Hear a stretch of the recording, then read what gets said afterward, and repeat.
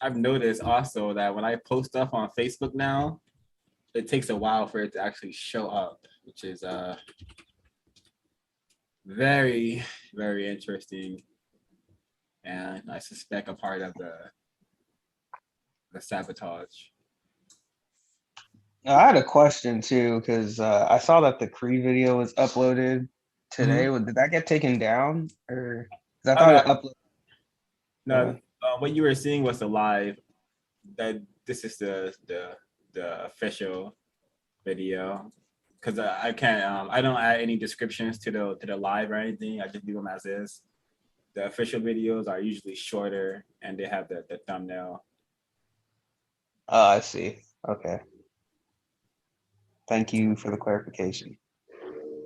That reminds me, I did have to upload that They Live video at least 6 different times in order for it to be viewable and globally. Which is why this week coming, I'm doing a video on just YouTube's racism and just the incorrectness of dealing with this platform. So if you want to participate in that, you'll have an opportunity to do so.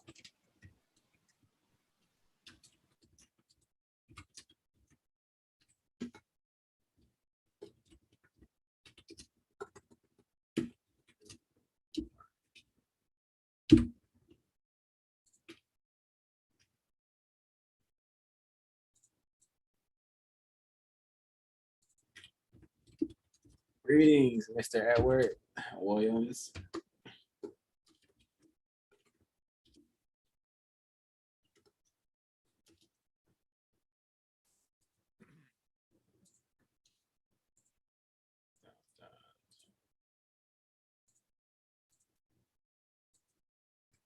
Greetings, everyone. Welcome to CRWS Counter Racist Business Meeting on the book Race Code War, The Power of Words, Images, and Symbols on the Black Psyche by Kyrie and Harrow, covering pages 61 through 76.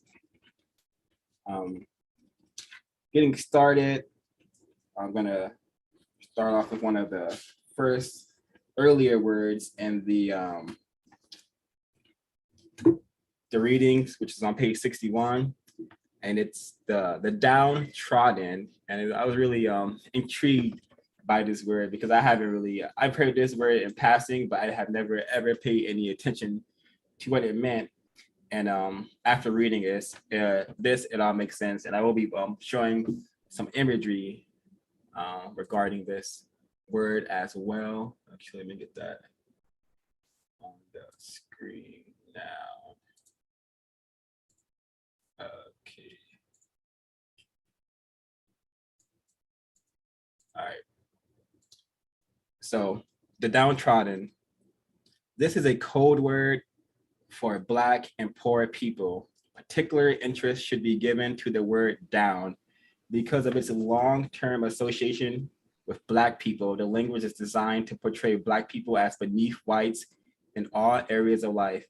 Thousands of word combinations that use the word down word in social description context are generally making reference to the color Black or a Black and non-white population. The word trodden means to tread. The use of this word is also quite interesting. The term implies that Black people are low-life beings who tread on the goodness of society, or better put, white society. So here on the screen, you will see a ton of articles involving people known as classified as India. And if you know anything about that area of the world, you would know that there's tons of dark-skinned people who are classified as untouchable, who live quite a horrendous existence, I imagine. So you can check out this Economic Times Downtrodden. There's a ton of articles that use this vernacular, this word. You'll see.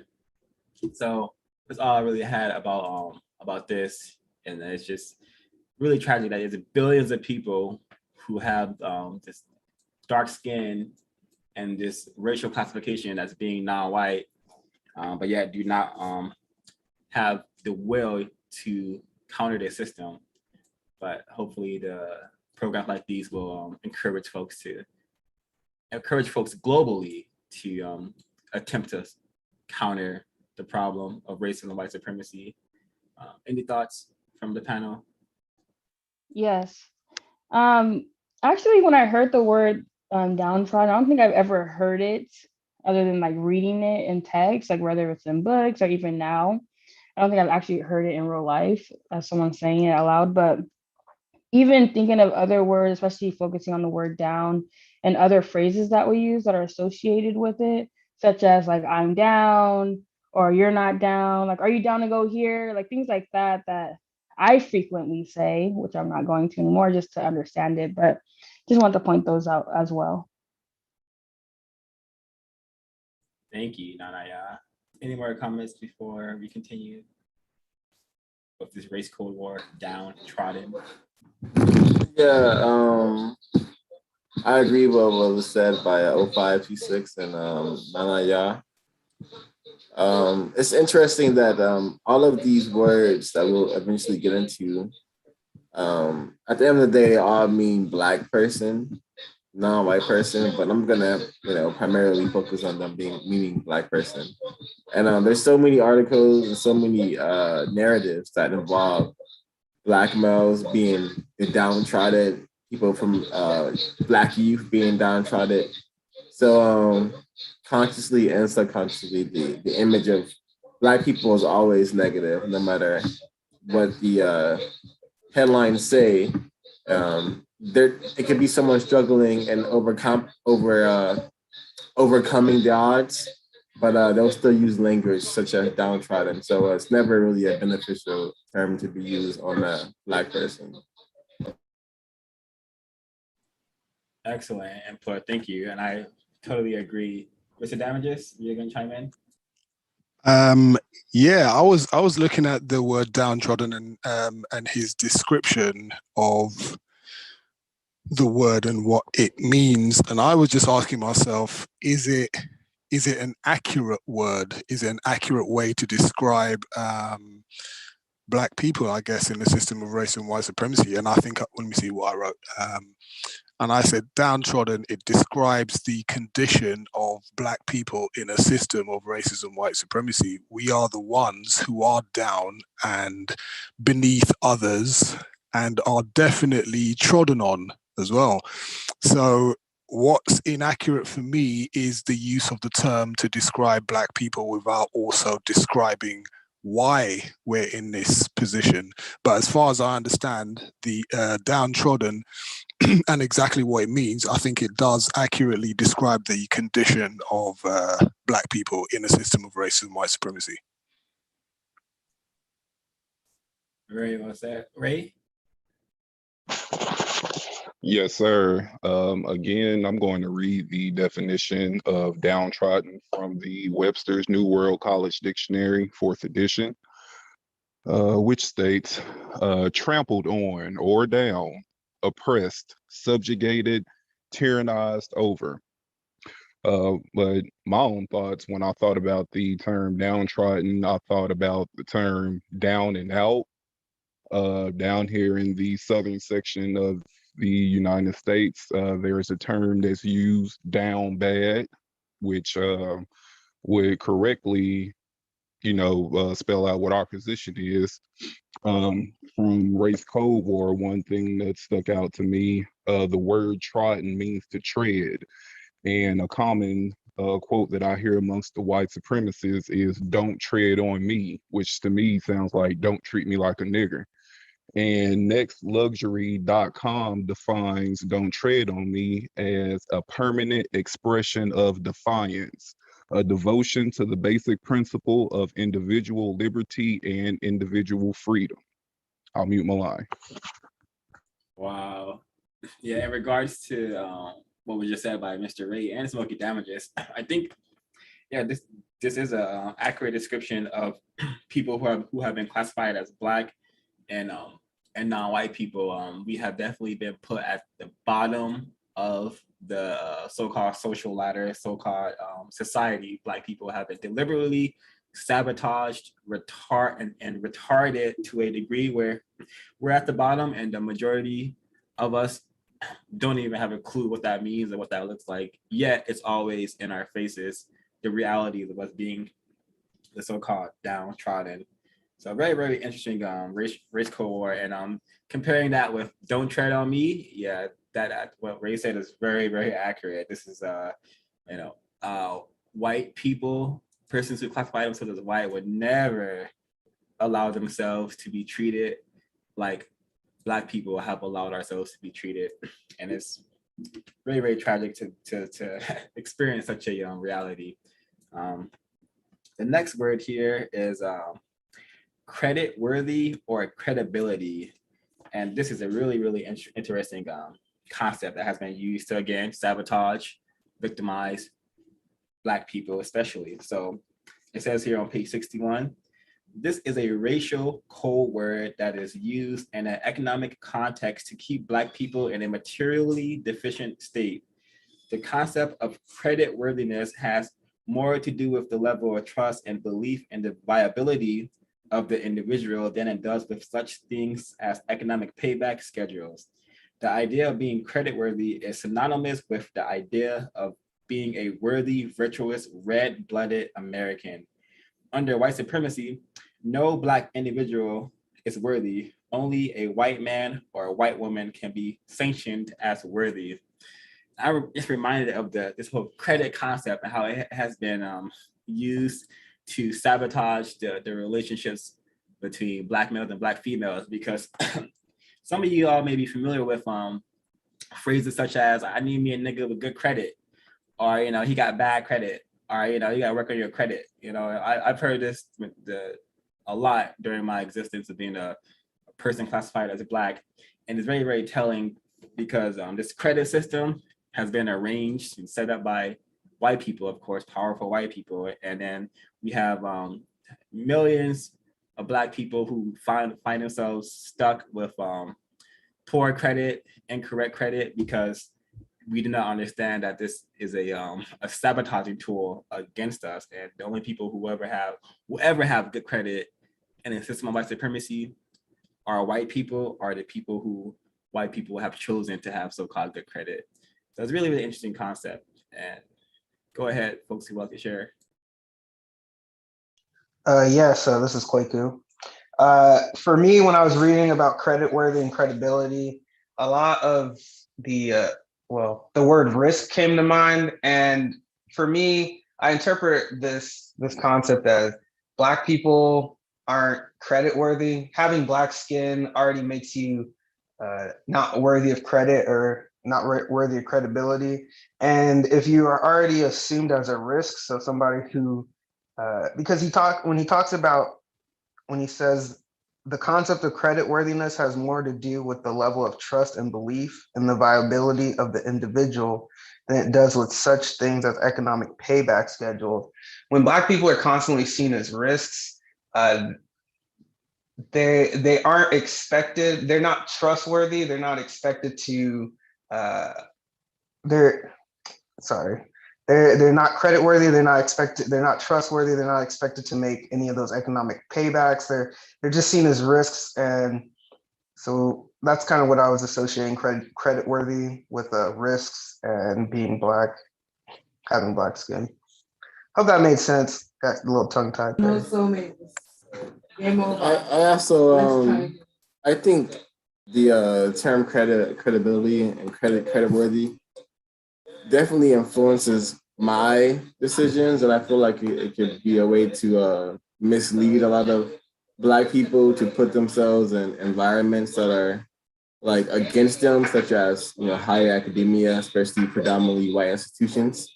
So I understand that word, and I understand the value of being validated by quote unquote these white institutions. So being classified as Black, I understand full enough that it's gonna be much harder for me to do anything because I'm already seen as low value, high risk, and as least words as I can say, Low value, high risk.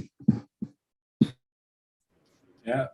Also, Go ahead. I think also with that, to go along with both you, Kwaku and Sir, that risk is why I think we're not taught about it. We're not even considered, important to know this information, and why so many Black individuals don't know anything about credit or how to get it, or that it might be necessary to get these things in the system of white supremacy. It's that risk factor for sure. Yeah. And Also, go ahead. also just to add to that, when I read this section, I definitely thought about education. Like, I don't know why, I just felt like most of us are told very young, like, oh, you must go to college or you must do some sort of something in academia for you to become credible just in life in general. Like, if you don't have a degree, quote unquote, you're not even just like credited. Everyone always asks you, oh, did you go to college? Oh, what degree do you have? So we're almost like in this never ending cycle of trying to prove to ourselves that we're credible by going to school, but we're not even learning the information that is necessary to live life. Because how many of us go to school and then we still come out with like mental health issues or all these other things, because it's part of the system, but it's also thinking about like we still come out and we're still not credible or worthy. And that really is just something that just catches us off guard automatically, because we think as soon as we get this degree, we're going to have this high paying job, or we're going to be not even paying job, but we're going to be accepted into whiteness basically. But you're never accepted into whiteness. And you start to learn that once you get your degree and you're not accepted. So it's hard truth.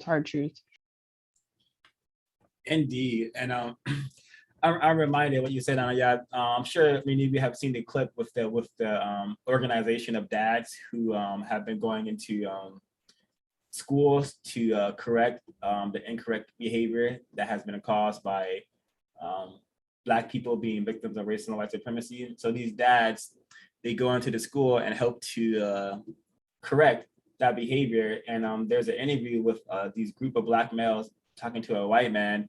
And one of the first thing he asked them, so none of you guys have like any degrees or counseling degrees and whatnot, which goes to show you how white people have set up a system where, they make it so in order to be so-called credible or have any sort of validation, they make it go through the institutions to get these titles and whatnot. And oftentimes, those titles are not necessary. One is just attempting to help other Black people. These are just barriers. And again, if you are a person who has been classified as Black, especially Black, then you already are unworthy. You already have very, very no credibility, and unless you can find some white people to vouch for you, which is also a race code word in this text. So very, very telling, and it just white people have done a phenomenal job at organizing themselves around this race concept. White people are the only race. I always remember that there's only one race, the white race. They've done a phenomenal job of organizing themselves behind their race and behind the institutions, behind these words.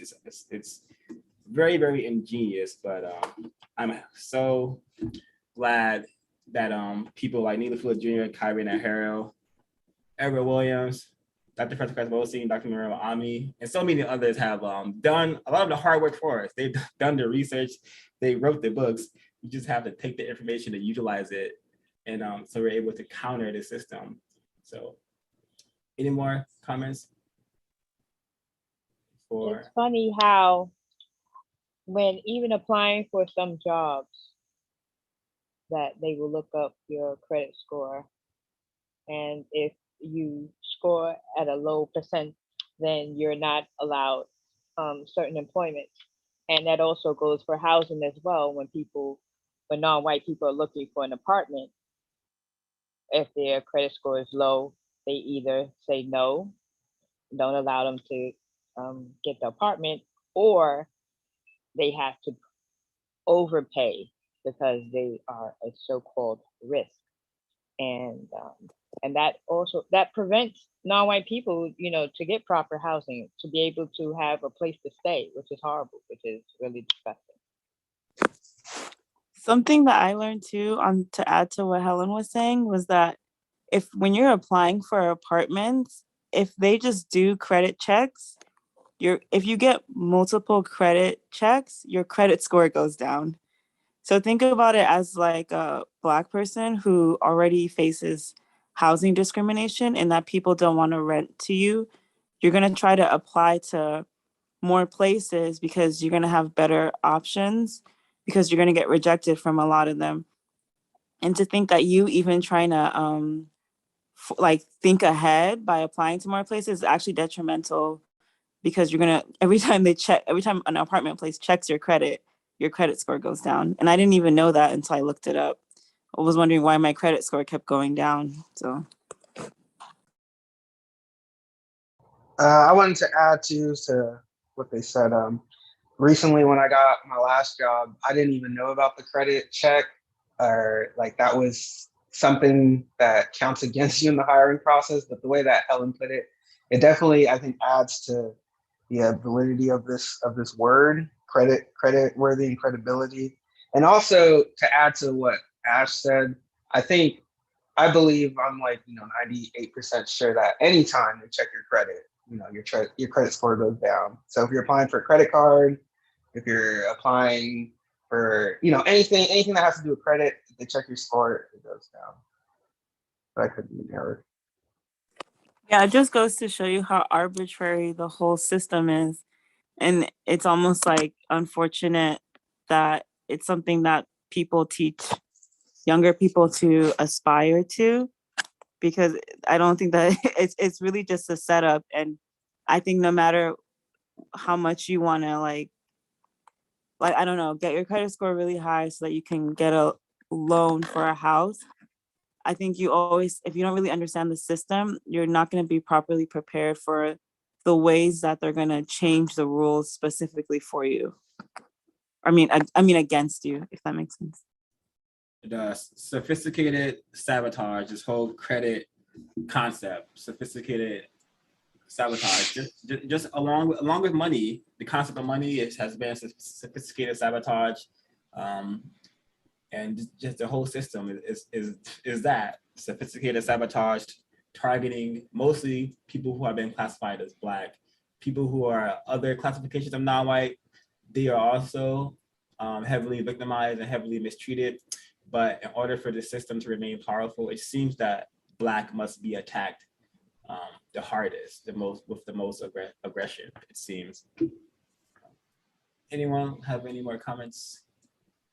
Yeah, actually, I was looking at credibility in terms of what do white people think of us, and what gives us credibility in a system of racism, white supremacy, and it's the kind of credibility that white people give us. So you're deemed credit worthy, or you have credibility, if white people say you are credible, right? So if you have qualifications, for example, that are signed by people who are other than white, if you're a Black person, then forget about it.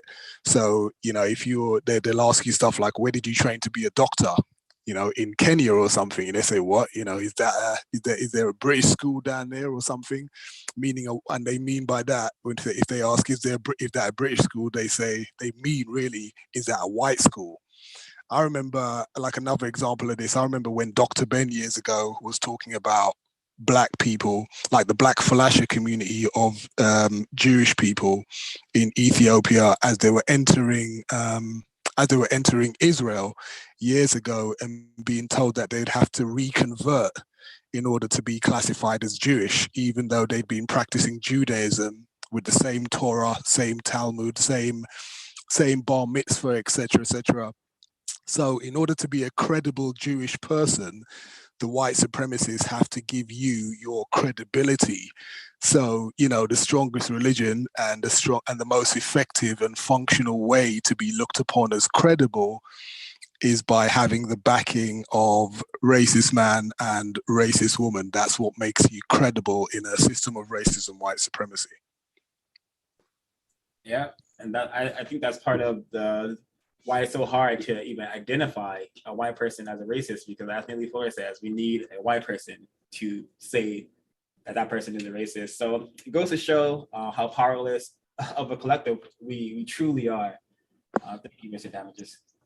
To add on to what I was just thinking about that whole idea of credibility, and I recently learned that during the March on Washington, there was a white man on stage, and they had him on stage to pull the mic if any Black person said anything, like when any of the Black speakers said anything that was like, you know, too Black or too radical. So I think it's really interesting that people look up to the March on Washington, but don't realize that even in that moment, they didn't see those Black people as credible to the point where they were censoring them like live.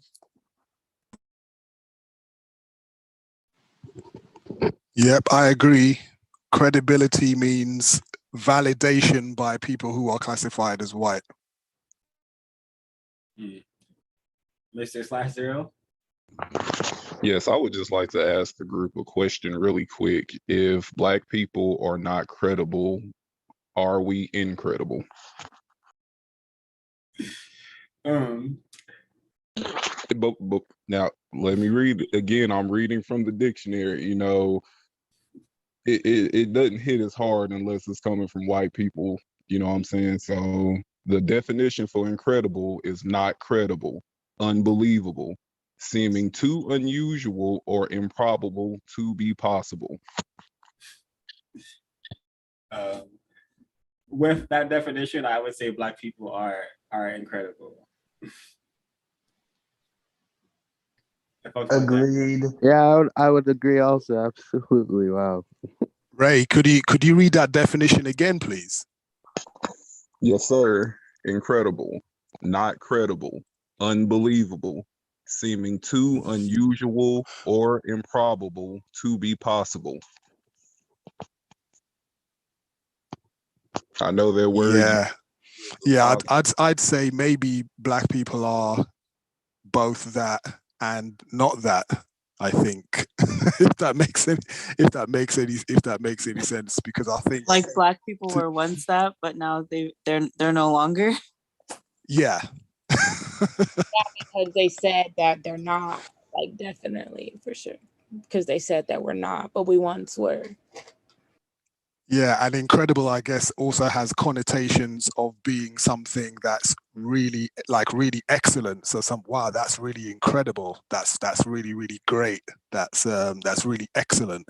And Black people are not usually in a system of racism, white supremacy. We're not usually associated with being incredible in that type of sense, if that's a different type of connotation of the word incredible.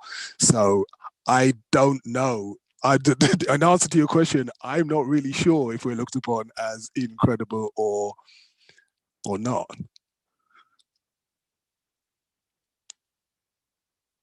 To me, it seems obvious that we're not credible due to the way we get treated. Like it seems obvious when you read that definition. It's like, oh my gosh, you know, it's like a punch in the gut. Thank you, everyone, for their input. So this next word is a fascinating concept, and white people have definitely have made it our reality, unfortunately. So the word here, again, page 61, is transvestite, and I'm just going to read the whole definition because it's not too long. And after I read it, I'm going to show some images and a video, so we'll know what is So the images will show you better than I can tell you, or Kyrie and Ahero can tell you. So transvestite. This word has become associated with Black males, particularly in the last few years. When this term was originally used, it was associated widely with the behavior and lifestyle of white homosexuals. Actually, let me maybe play the video while I read it, because I'm gonna do that. Sure. 05, would you like someone to read while you show the images? I can finish. Oh, okay. Thank you, though. How, when this term was originally used, it was associated widely with the behavior and lifestyle of white homosexuals. However, in the last few years, this word has come to mean Black men dressing up as females and imitating white females. They are trying to resemble white women. They do not dress like Black women in other parts of the world. They do not dress in Black rap or other culturally based Black garments. They dress like Greta Garbo, Marilyn Monroe, and so forth. The white supremacist desires to put Black men in dresses to reduce their manhood so that they become less of a threat. This is part of the reason for the explosion of Black males in drag. Black men that dress as females have been allowed to star in television shows, appear in movies, and become big-time celebrities. So on the screen, you'll see this playing out in plain sight. And we'll see in these images here, just average day Black people who have gotten the message that if you want to be treated better, dress like a white female, dress in drag, do not pretend like you are a man. Well, certainly don't even look like a male. So this is the reality of being under the system of white supremacy for as long as we've been under it. It has ruined the psyche of millions of Black males, I suspect, and this is the result. Something happened. So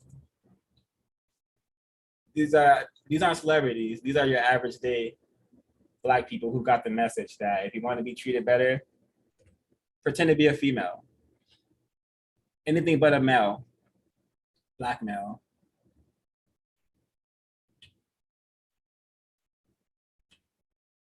And it's getting to the point where if you're a Black male and you're not attracted to males, or you don't want to have any sexual engagements with Black males pretending to be females, then you can be called many incorrect words. But it just goes to show you the acute insanity that has been perpetuated against us and has been spread amongst us from the white supremacists, racist man, racist woman. So yeah, this is very telling of what has been done to the Black male psyche. And Black females also are in the same position. Some of them have chosen to not be Black females and would rather pretend to be Black males. And it's for the same reason, due to the system of white supremacy, racism. Any comments on this? Hello, this is Kwaku. To start off, I'll start off with the word transvestite. For me, I heard that word like pretty young. I want to say I was in grade school in Ghana at the time, but it was often I always thought it was referring to somebody who I guess now is considered intersex. So somebody who has both male and female genitalia, was born with it. So that's what I thought transvestite was. So, when I guess trans people started becoming more prominent, I've never really even heard anyone refer to a trans person as a transvestite. It's usually just trans. So I don't. If Ray's got the definition for transvestite, if that's in the dictionary, I'd love to hear it. But that I guess that was the time when I heard that word. I never really associated with men dressing as females, but I think one of the parts that was kind of very I don't want to say eye-opening, but very surprising to me was when he said that they're Black males trying to dress as white females, and that was something I guess I hadn't really paid attention to, because oftentimes when you're talking about these trans people, they're oftentimes talking about how these wannabe females are imitating Black females. But given the images that you showed, and kind of I guess more of the reality of it is that these are Black males attempting to act like white females. But I think like Black females are attempting to be white females. So it could be that they're doing what they see Black females do, or it could be that they want to be white females. You know what I mean? Because it's not like Black females are also doing their hair to look like white celebrities. One of the most famous movies to come out of Black people creation it's a movie called White Chicks, and that movie is very telling on to the system of white supremacy. Ray, would you like to chime in? Yes, I was just going to read the definition of transvestite, and this is what I was familiar with also, but there is a litany of confusion around the prefix trans. But the definition is a person who derives sexual pleasure from dressing in the clothes of the opposite sex. Maybe for a counter-racist logic perspective would be replacing the pleasure with comfort, because Black people have been allowed comfort when they put on these dresses, have been allowed more trinkets when they put on these dresses. So really interesting. I don't want to like dwell on this too much, but see that when I hear that definition, I imagine someone who would be considered a cross-dresser, so I feel like it's still not connecting for me. And but I understand the intentions of using the word. Yeah, I understand that white people also, you can also find a ton of images of white people in dresses, but understanding that people who are classified as white are very, very different from people who have been classified as Black. So a ton of white people, that definition, I'm sure it fits for them. A ton of white people, whether in secret or publicly, derive sexual pleasure or good feelings from dressing up as a female or whatever. But this sort of thinking has been incorrectly given to non-white people, and it has done nothing at all to get us closer to a system of justice or to even get us thinking seriously about racism and white supremacy. Any more? Yeah, just on what you said there, 05. That's exactly what I thought of as well. It's like anything that we do that is going to take focus away from racist man and racist woman, then we'll be encouraged to do it. So I remember Dr. Welsing ages ago talking about the question, how do we take power away from the big house, right? And anything to distract us away from asking that question is definitely going to be encouraged. And what better way to convince non-white people that being part of the so-called, I don't know, LGBTQ community or being a transvestite or a trans person is the most important thing in our lives, right? So much to the extent of, if you talk about anything to do with getting rid of racism, some people in that community then start switching the conversation around to trans issues or etc. So anything that takes focus away from how do we take power away from the big house, as Dr. Welsing puts it, is encouraged. Thank you, Mr. Damages. I hope that was able to clear up some confusion that maybe some of us may be having. Any more comments regarding this phenomenon of transvestites? I really appreciate Kyrie and the Heroes decoding of this word, because I have something I wanted to say. I like Kwaku also thought that this meant like being burned like a hermaphrodite or something like that, but no, it just means something entirely different. Go ahead, Mr. Sid. I agree with everything that's been said. I do think if you practice this behavior, you will be rewarded by the system of racism, white supremacy. And also, I do see it as an attack on the potential ability for Black males to reproduce and repopulate the planet with people who are classified as Black. So sad.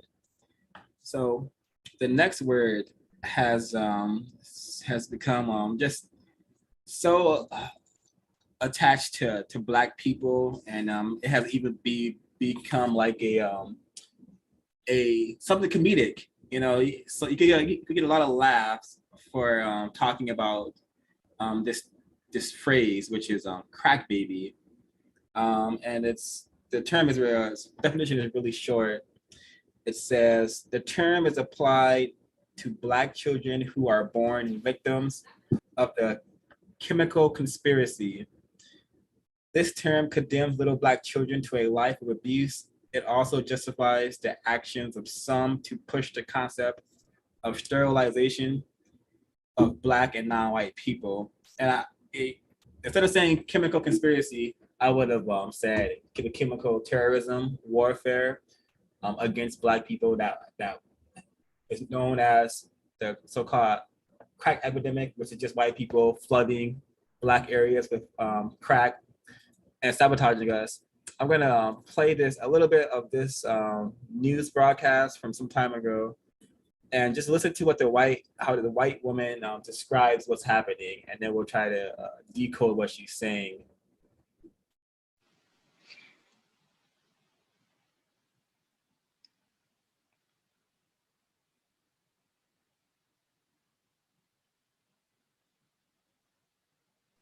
There's no sound. Thank you for telling me. Let me get some sound on here.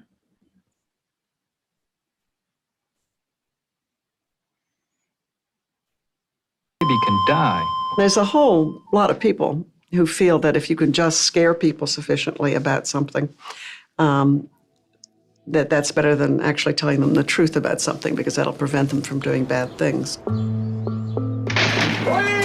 The American agenda tonight poses this question: what would you do about pregnant women who use drugs and pass those drugs on to their babies? By the late 1980s, Chasnoff's findings were being used to justify cases charging pregnant cocaine users as child abusers, drug dealers, and killers.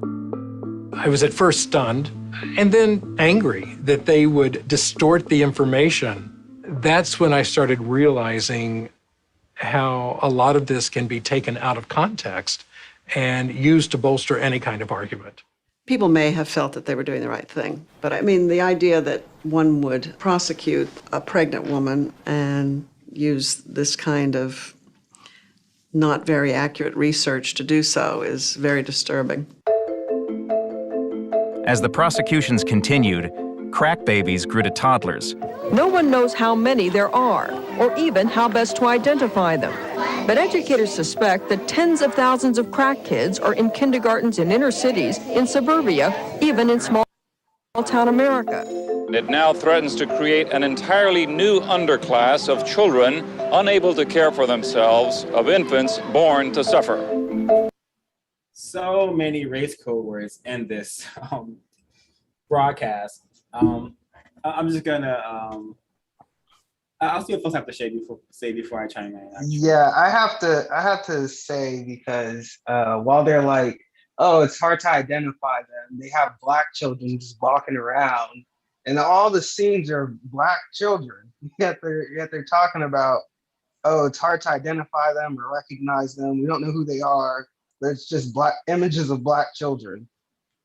So I hope everyone noticed that when the white woman was talking about how could anyone prosecute a pregnant mother, notice that it was a crying white woman on the screen when they said that. Mr. Slash-Zero, would you like to chime in? Yes, that's very tacky. Is that George Bush Sr. right there on the screen? I believe it is. Yeah, it caused the problem, and now he's coddling the little crack baby. Yes, there is a definition for crack baby, and it is an infant typically born prematurely with a condition caused by the excessive consumption of crack cocaine by the mother during pregnancy and characterized by malformations and learning disabilities. They created the problem, and they will define it.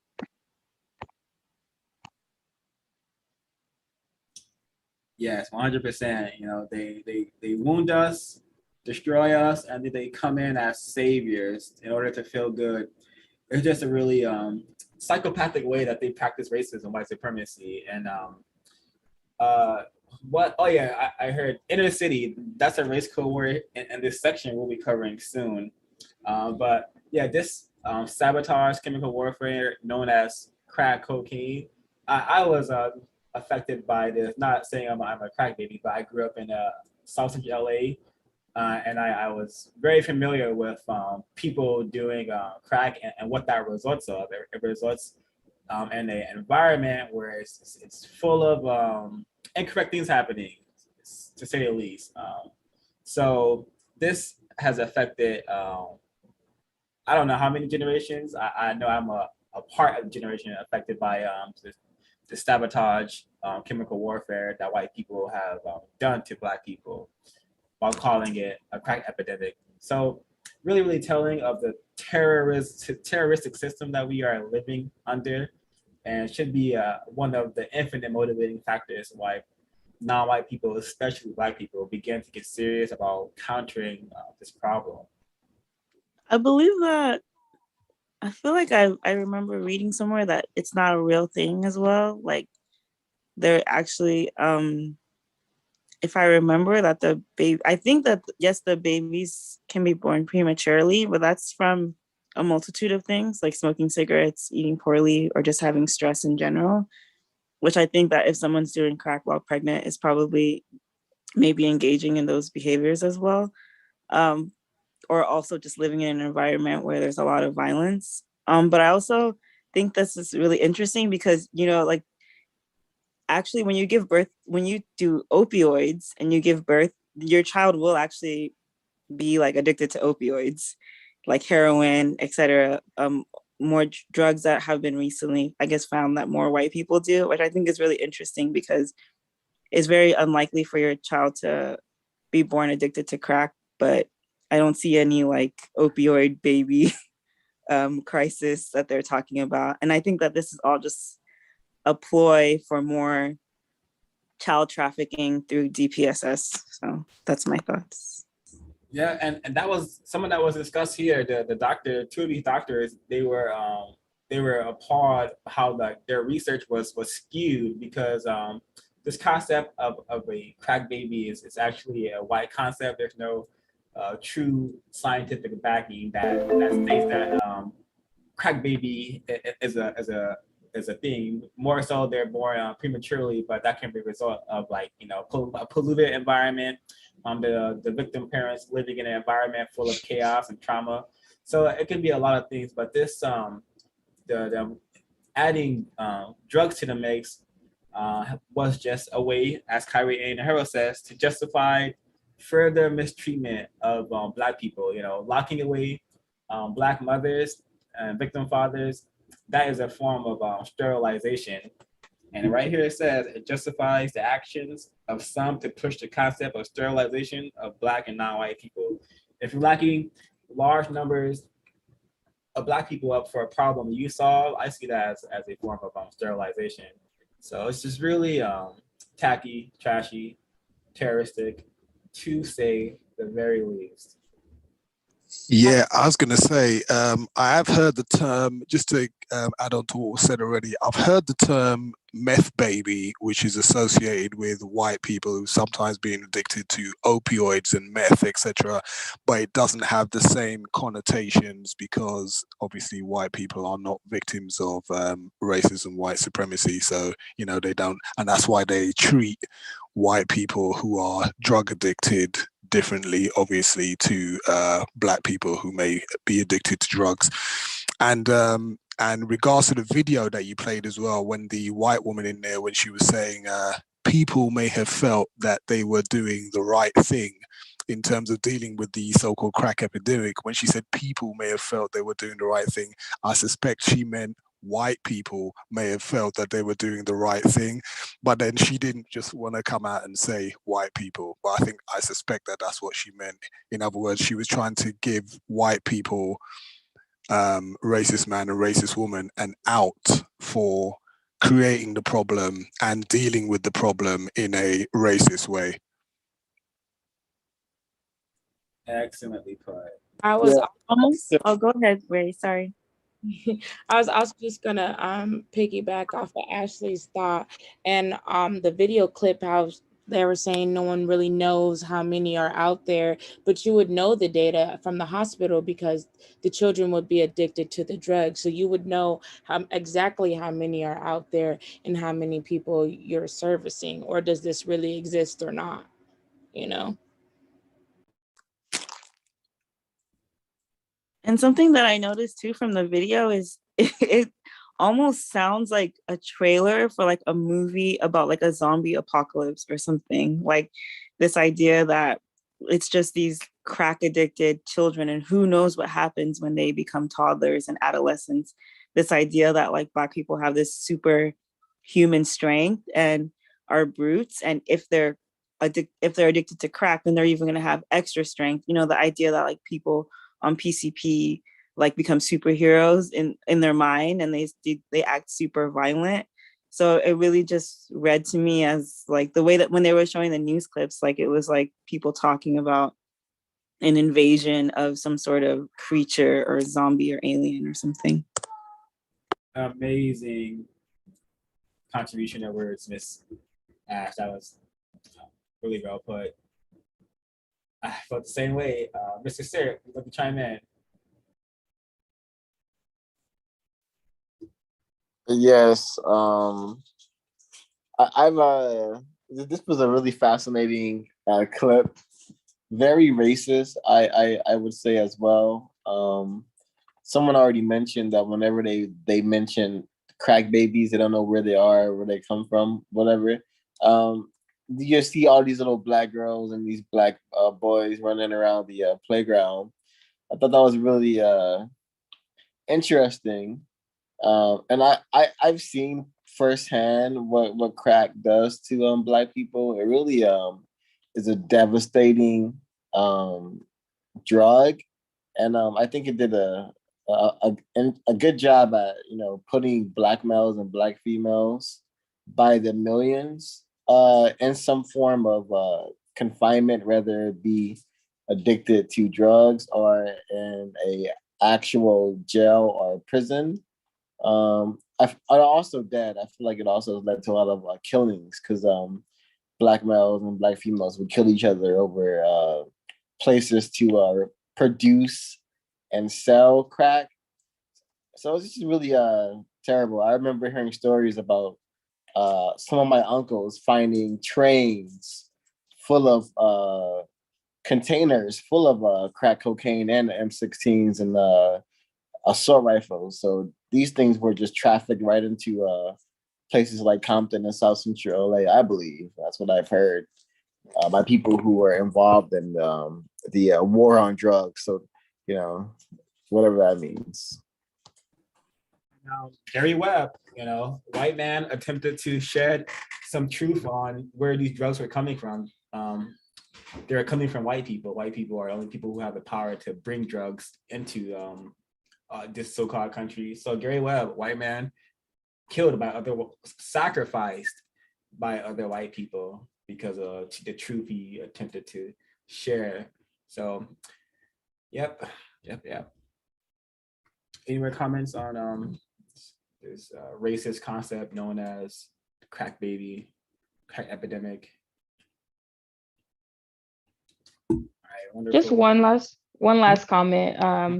I remember in either elementary or middle school, we used to joke around. I'm not sure if I joked around, but I know it was just commonly said, like, "Oh, you're a crack baby." I'm not sure if anyone else heard of that, but it was very common that someone would call you, like, if you did something, that you're a crack baby, and they would laugh and it would be a joke.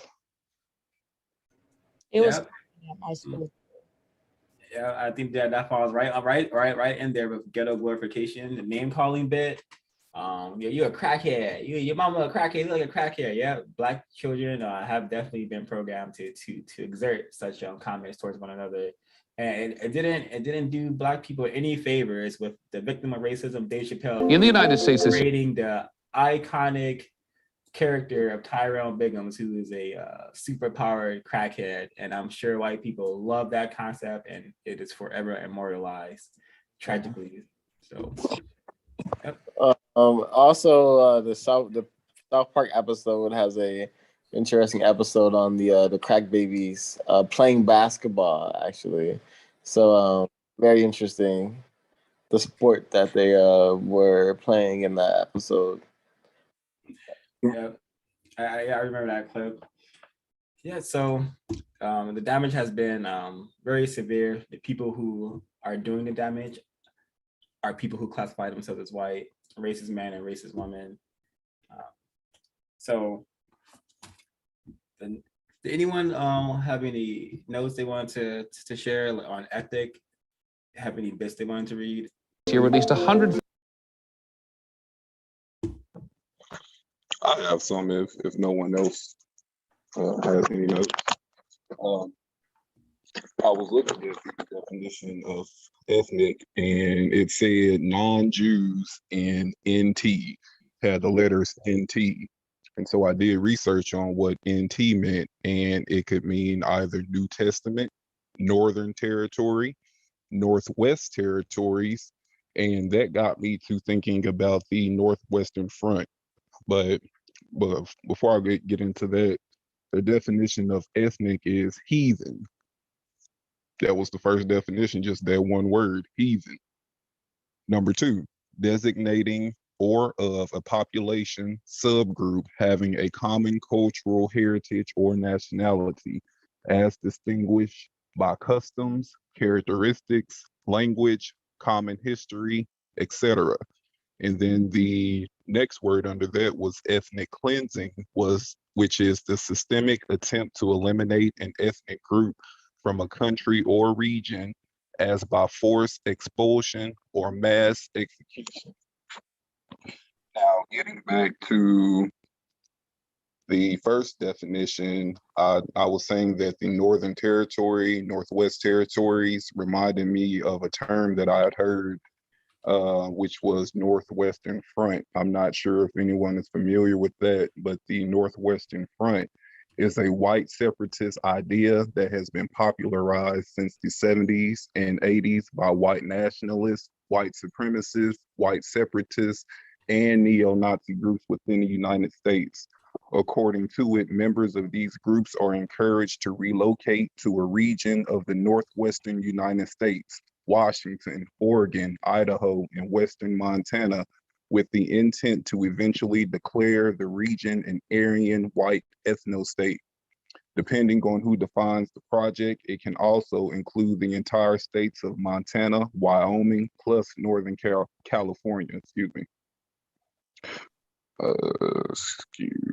Okay, several reasons have been given for activists choosing this area to be a future white homeland. It is farther removed from Black and other minority locations than other areas of the United States are. It is geographically remote, making it harder for the federal government to uproot activists. Its wide open spaces appeal to those who believe in the right to hunt and fish without any government regulations, and it would give them access to seaports in Canada. So that's just what that one word ethnic led me to. That reminds me of Urugu, ethnic, when it's coming from the words of white people usually means non-white, or they are attempting to eliminate the non-white people or remove them from certain areas. I'm going to read a bit of the race code word decoding of this word because it's very accurate, I suspect. On page 62, it says, the term ethnic is another old word in new bottles that define race in different contexts. The word has gathered steam on the supermarket shelves. It started being used to identify hair care products and other related items. It defines an area in the store that sells products for Black people, usually clothing or hair care items. This is very interesting because most hair care products are geared towards the development of a better white look. The ethnic word is a code word, is code for if you want to look Black or if you are Black, you should try this product. It is another way of saying Black without dealing with the baggage of racism that it's attached to. In the world of pornography, for example, the word ethnic does not sell. They openly use the term Black or African Americans as part of their marketing approach. The word ethnic is a soft racial marketing code word to make Black products more acceptable and tolerable to white consumers. Dr. Francis Krasbosing writes that many white people really do not like their skin color and will risk their health to get darker skin pigmentation. So I see this word ethnic as a just a code word. If you don't want to say Black, if you have been victimized to such a degree where you don't use the word Black, you rather use African American or those sort of those phrases. I'm gonna play a clip later when we're talking about property value, but the Black female, she has been victimized to such a degree where it seems like it's hard for her to even say Black. She uses the word ethnic. So very telling of what has been done to our psyche and our thinking capabilities, to say the least. And I'm sure we're all familiar with this. We go into Target, and like they have all the Black stuff, so-called Black stuff, all in one area, and this is by design, and I really appreciate him saying that this is very interesting because most hair care products are geared towards the development of a better white look. And you go to a lot of Black females and Black males go to this beauty supply to get various items that make them look whiter, light up their skin or straighten up their hair. So very, very telling, very well sophisticated usage of this word by white people. And there's a ton more on this word, but that's why I recommend everyone getting a copy of Race Code War so you can read the definitions we don't cover and read the portions that we don't cover as well, because this book, these concepts should be understood by all victims of racism. Any more comments? I was going to say that anytime I've ever heard the term ethnic by anybody, right, non-white people and white people, it's always resulted in a ball of confusion for me, just confusion on top of confusion. I don't understand what anyone means when they use the word. Anytime I ask someone to define what they mean when they use the word ethnic to describe themselves, if they ask me, for example, what's your ethnicity? They don't even understand what they mean when they ask me the question, right? It's, as far as I know, ethnicity is not a racial classification. And it's just confusion on top of confusion. And like I said, I would encourage anyone that hears that word out of anybody's mouths, just ask them what they mean when they say ethnic. And I bet you the person won't actually be able to explain to you what they mean when they ask you about your ethnicity. In terms of like a part of the definition that Ray used, I mean, if it's about a people or a culture, what they say, or a language, there's many people that come from a particular region, and they don't even have the same language, and they don't even have the same quote unquote culture. They don't eat the same food either. So yeah, that word just sounds like, it's just another word made up by white supremacists. They make up words all the time. They don't really mean anything. It just means anything. It just means what they want it to mean at the time when they're using it. So it's just a confusing term. It reminds me of ethnic studies. I remember like people in my college, like they were in the ethnic studies program, and I think they said that they started the program, and it was like I guess like a bunch of non-white people fought for the program, and at first it was called Third World Studies, but then eventually and the program was supposed to be like, I guess, run by non-white people, but as time went on, it ended up being a program where it was basically a lot of white professors teaching other white people about non-white people's history. So I thought that was really interesting because I think ethnic studies adds a really vagueness to it that, like, if you say someone got a degree in ethnic studies, like, what does that really mean? Like I can understand if someone got a degree in like African American studies, even though I don't know if that's the best word to use, but ethnic studies doesn't. Yeah, I think that's an interesting word. Yeah, I just see it as ethnic non-white, non-white studies. When someone asks you your ethnicity, I suspect they're trying to say what kind of non-white person are you. But yeah, just going back to what Dahmer just said, to just best to not use the word when others use it. Ask for a definition. What do you mean by ethnicity, or what do you mean you like ethnic food? You like non-white food?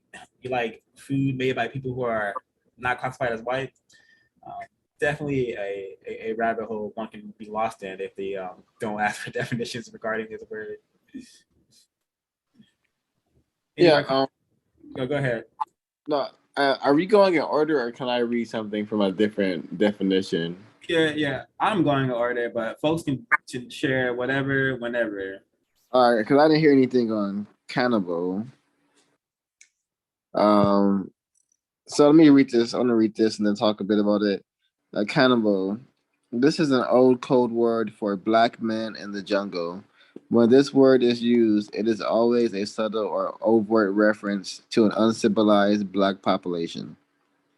There are many sources of this word association, from Tarzan, the Eight Man books and movies, to songs like In the Jungle, which symbolize conquering the savages of Africa and civilizing them enough to function as semi-human beings.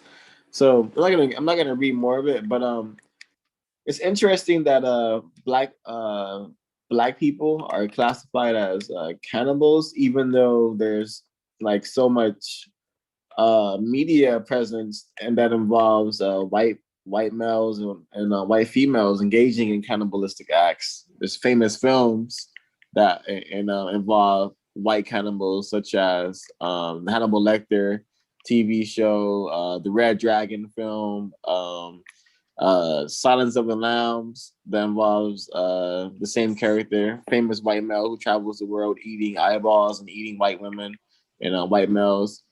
And it's just and then the propaganda always associates non-white people with being cannibals, such as the film The Man Not.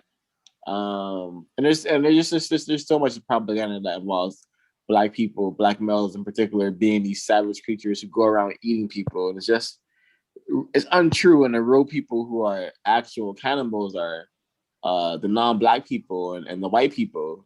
For example, I just watched a video of a Asian man who ate a white female, and he killed her in Tokyo and ate her, and then he was able to get away with it because he was extradited back to China or wherever he was from, and he was able to escape capture, and now he writes books about it. So I've never seen also Jeffrey Dahmer, the famous white cannibal who would primarily target black males and do these operations on them, where he would drill a hole into their brains and then pour acid into it so they would be comatose, and then he would eat them and have pieces of their penises in his refrigerator. So the real cannibals are the Yurugu, the white people. Just getting that out there. Yeah. Yeah, and there's a recent case. I know Damages is very familiar with it, and then please chime in on that white man who was drugging black people or raping them. I thought that's also a form of cannibalism, cannibalistic behavior. On top of the whole book, The Delectable Negro could give you tons of insight into how white people have a tradition, a history of eating non-white people, especially black people. And notice when I type in cannibal, you see a bunch of primitive-looking non-white people. But this behavior has been done by white people, and it's glorified by white people, celebrated by white people. Which Damages, if you could share some information on that individual. I can't recall his name, but I think you may be able to. Yeah, I think maybe you're talking about Ed Buck, probably that recent one, the recent guy that, well-known, what do you call it, Democratic Party Fonda, etc. Yeah, numerous black victims. That's and important to recognize as well. Straight males and gay males that he killed, drugged and killed. He did untold things to those black males. There's also lots and lots of document. Oh, Ronald Dominique as well. I'd encourage people to go and check out Ronald Dominique, another serial killer who exclusively targeted black men. Also, let me see. There was obviously there's some documented evidence as well of white people eating slaves as well. And I remember when I first heard that, and I thought, no, that can't be real. Maybe they didn't do that, but they actually did. White people. There's documented evidence of white people actually eating slaves. That's just that just doesn't even bear thinking about sometimes. And also, there's one of Damages, you cut out. famous killers, serial killers, cannibal. Hello, can you hear me? Yeah. Sorry, I just got off there for a second there. Yeah, and I was going to say also Andrei Chikatilo, who's one of the most famous Russian serial killers. And I can't remember the exact figure, but I know I think around 70. it was definitely, I think it was definitely more than 50 people he ate, right? So there's lots and lots and lots of evidence of white people engaging in cannibalism. So really, when they associate with us, that's just projection. And actually, there's a really good film on Andrei Chikatilo, which I'd urge everybody to go and check out. It's called Citizen X, and it's an excellent film. Excellent film that details on the crimes of Andrei Chikatilo.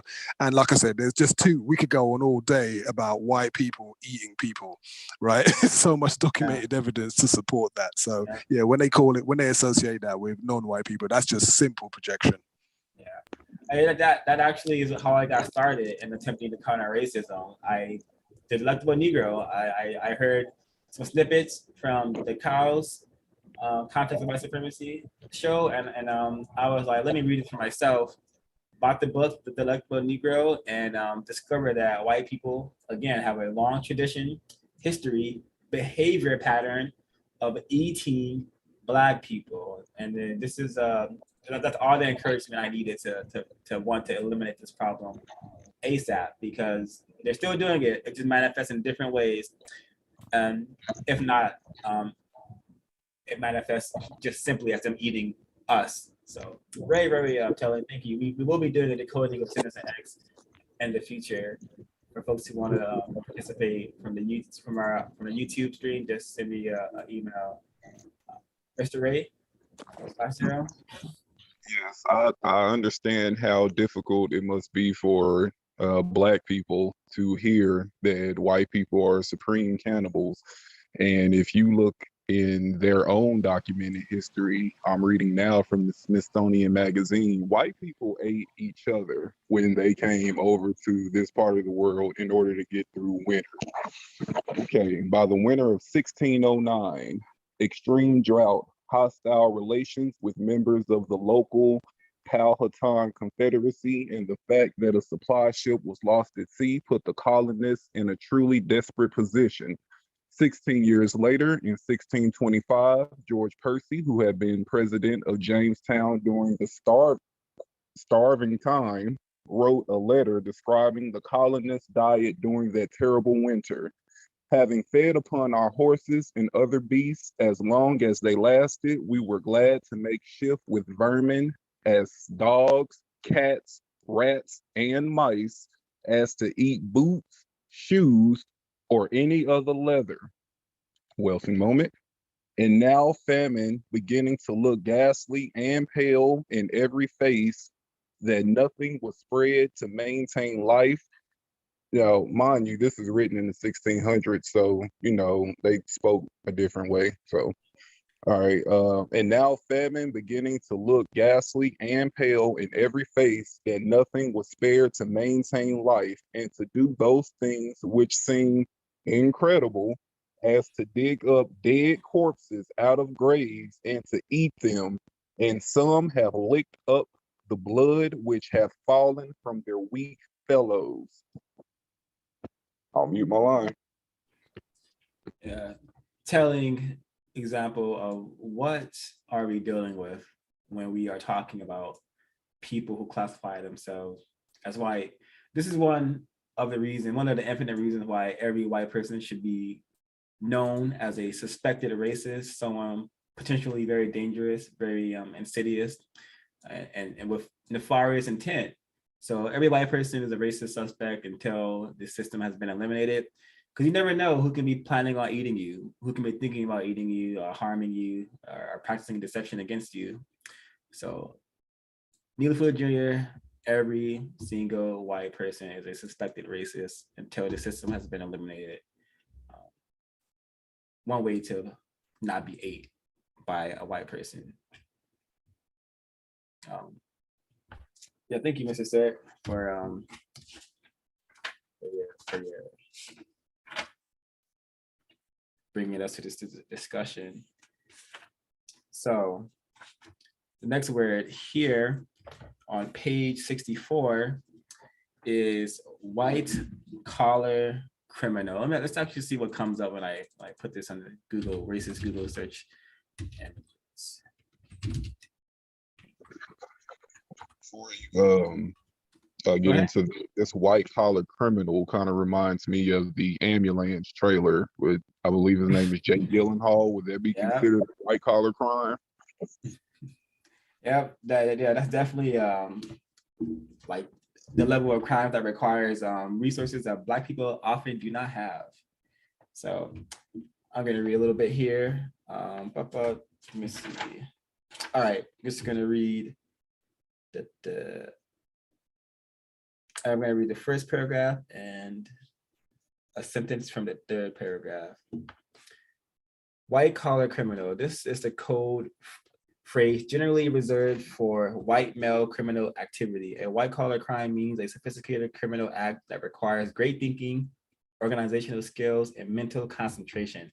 The white collar and the white shirt are color-coded symbols of white superiority and power. The white collar crime is considered the stuff of glamour criminals and the theme of glossy movies. The white collar criminal is praised and glorified. And decoded color and racial language, the white collar represents the white mindset, the white way of doing things, and white people. Skipping a little bit, the majority of so-called white collar workers were white, quiet, dedicated, and intelligent.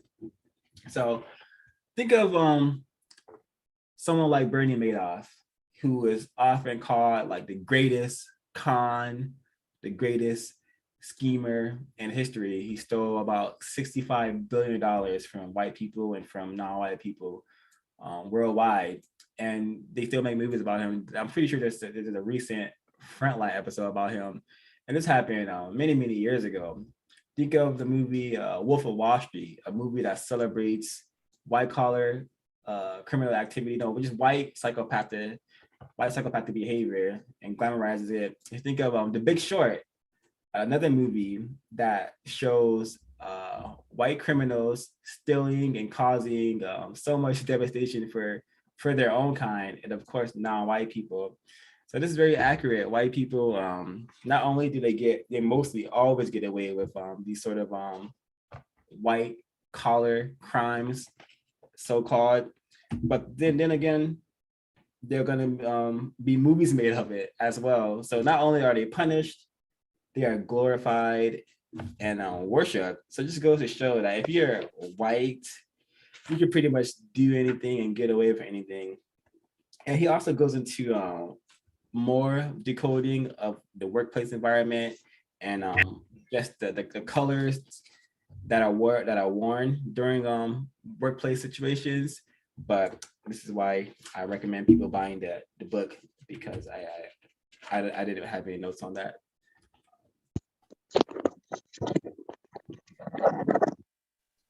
Comments? It actually reminded me of the television show Dexter, how they turned a serial killer and made what he was doing look like it was a white collar crime, by how so contained he was while doing the crime. And I also agree that a lot of white males and white females get away with so much fraud, so much scam, so much, just so much. And when they do get caught, it's often a light sentence or they'll have their charges reduced. For example, let's say a white person kills someone, and they sometimes are able to manipulate the system or use their white power to have their first degree murder charge reduced to manslaughter, stuff like that. And also having the contacts and the intelligence to be able to become a Bernie Madoff and have a pyramid scheme and scams millions of dollars from people and not be killed and go to jail and then be able to come out and then write books about it and whatnot. I'm not sure what happened to Bernie Madoff, but I wouldn't be surprised if that's something that he didn't do or will do. They're already making films and TV shows about him. Yeah, the Wolf of Wall Street guy, that's what happened to him. He scammed millions of dollars from people, went to prison, came out of prison. Now he's still has white power. He's making money talking about how he scammed people and is so-called a motivational speaker, not motivating people to solve the race problem, just motivating people to become like him, scammers and practice deception. Charming deception is how white people have been able to get as far as they've gotten, because we don't suspect them. We think they're charming, nice, trustworthy people, when in actuality they are nefarious, deceptive individuals who choose to classify themselves as white. So this is very, very important text here because we need to know the information. We need to understand the white power and powerless dynamic that we are in. Because until we have the courage and the will to call it what it is and understand white people are nothing more than suspected racists who are only worthy of our suspicion, not our worship or our praise, which we spend too much time giving them. But yeah, I hope this information comes across many victims who are able to understand that they have been sabotaged, they have been victimized to a degree unlike no other. Hello, this is Kwaku.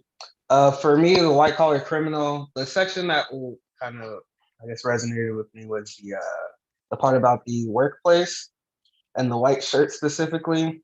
I'm just gonna read that real quick. The bottom of 64, top of 65. It says the white shirt gives a black male a feeling of being restricted, controlled, and contained within a false social identity. When the black male puts on a white shirt, he is in full uniform and ready to play the game according to the white male's rules. This is a daily mental manipulation that has very little to do with physically wearing a shirt. With the growth of a new workforce of varying colors, the white shirt look had to change.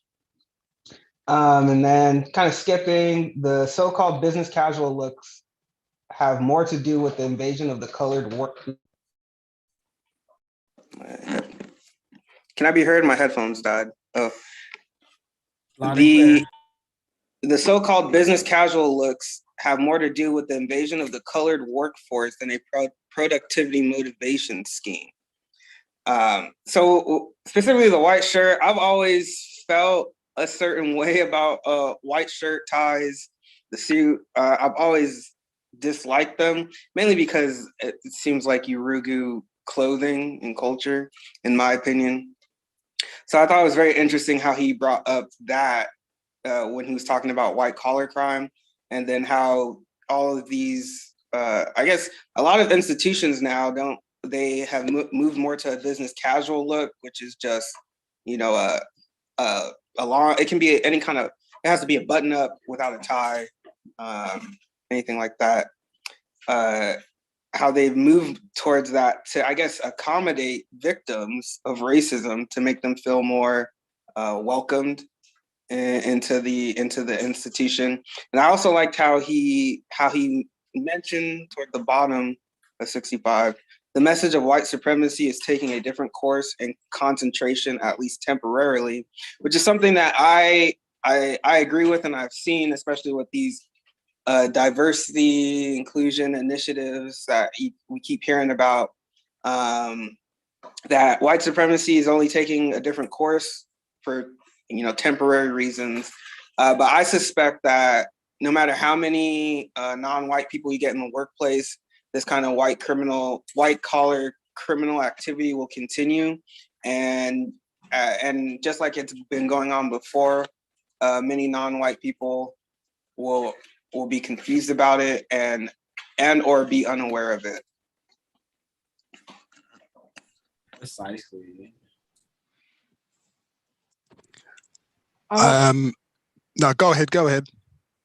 I had took some notes on that too on page 65 on the where it says the dress down look is either darker in color as in jeans, sweatshirts, and or looser fitting clothes, similar in style but not in color to traditional African or non-white clothing. Notice the evolution of the term dress at the time when more color is worn in the workplace. Period. This so-called trendy designer look, which is code for white people, shows the direct influence of colored people on the psyche of white people. And I had just noted that, like, yeah, we have to dress nicer when white people are around, but on the regular, like every day, we get to wear like whatever we want to wear. But when the white people are around, make sure that you dress spiffy and nice for sure. Mr. Damages and Ray. Yeah, the term white collar criminal, when I first heard that term years and years ago, and recently, even like I said, like today when I was trying to take some notes on white collar criminal, the phrase, I was just thinking of Neely Fuller Jr. when he said, word masters, like real word masters. This term white collar criminal, I suspect that white people made up this term, racist man or racist woman made up this term to distract away from and dissociate themselves away from their savagery, right?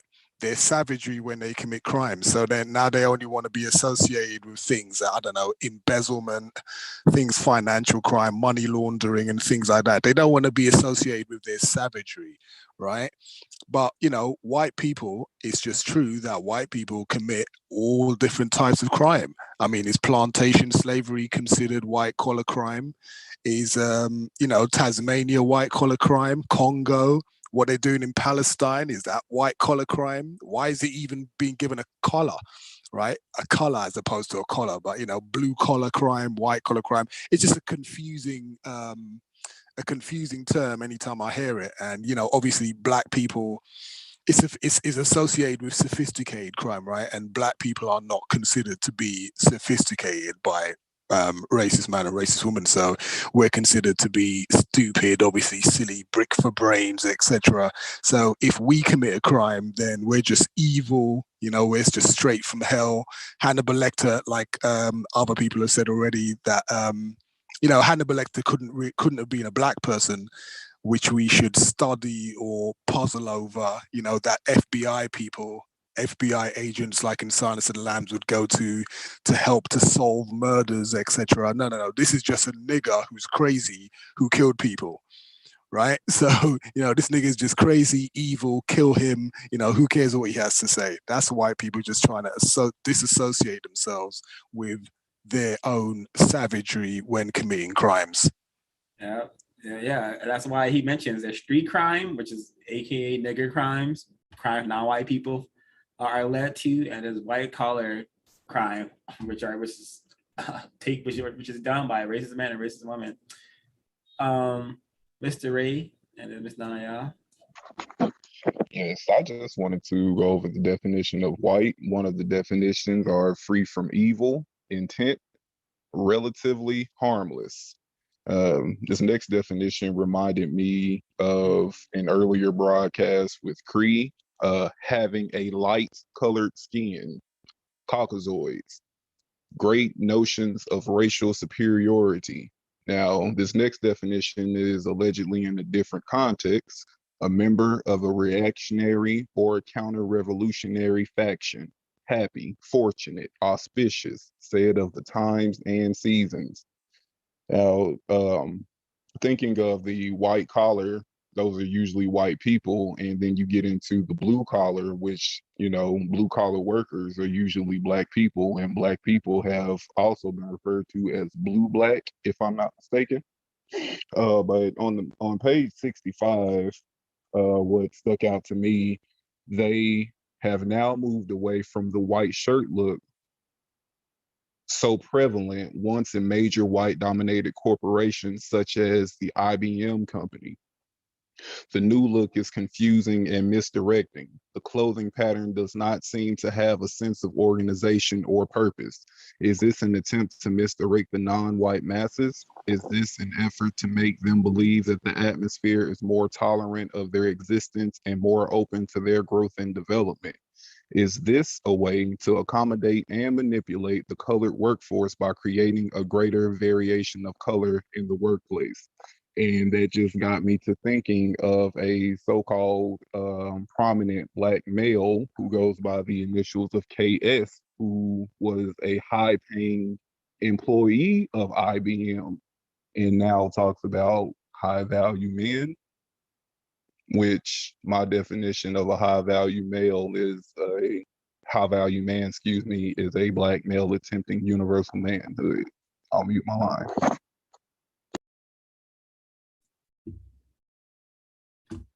Naya? Yes, just to add to that, one of the things I could not help to think is that when I read the whole white uniform thing, I really just thought about when I watched movies and it was in like how mental health patients, if they go into like an institution, a straitjacket, it's like white, and then especially when it said the phrase, let me read it. It says, the white shirt gives a black male a feeling of being restricted, controlled, and contained within a false social identity. When the black male puts on a white shirt, he is in full uniform and ready to play the game according to the white male's rules. And I couldn't help but just think of like mental institutions. And when they need to be contained or they need to be in control, they put them in like straitjackets, and then the symbolization of them being white, especially within like TV shows or television. Wow. Thank you, Mr. Ray, Ms. Naya. I'm gonna read some things from the chat before we get too far away from it. From Helen B, war on drugs, AKA war on non-white people. Very, very correct. And we have here from Still Learning, he says, cannibal, the story of vampires is the story of white cannibalism. It's very accurate.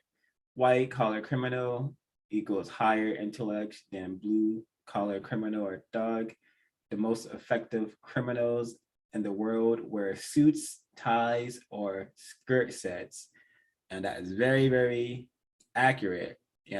White people have a history of putting on suits and dominating the planet, essentially. The CIA synonymous with the suit and ties, and also synonymous with worldwide sabotage of non-white people, Black people. So very, very correct. And another comment from Still Learning. Definitely Yurugu clothing culture. I can't stand it, but there are no Black designers of men's clothing to compete in the business of casual market.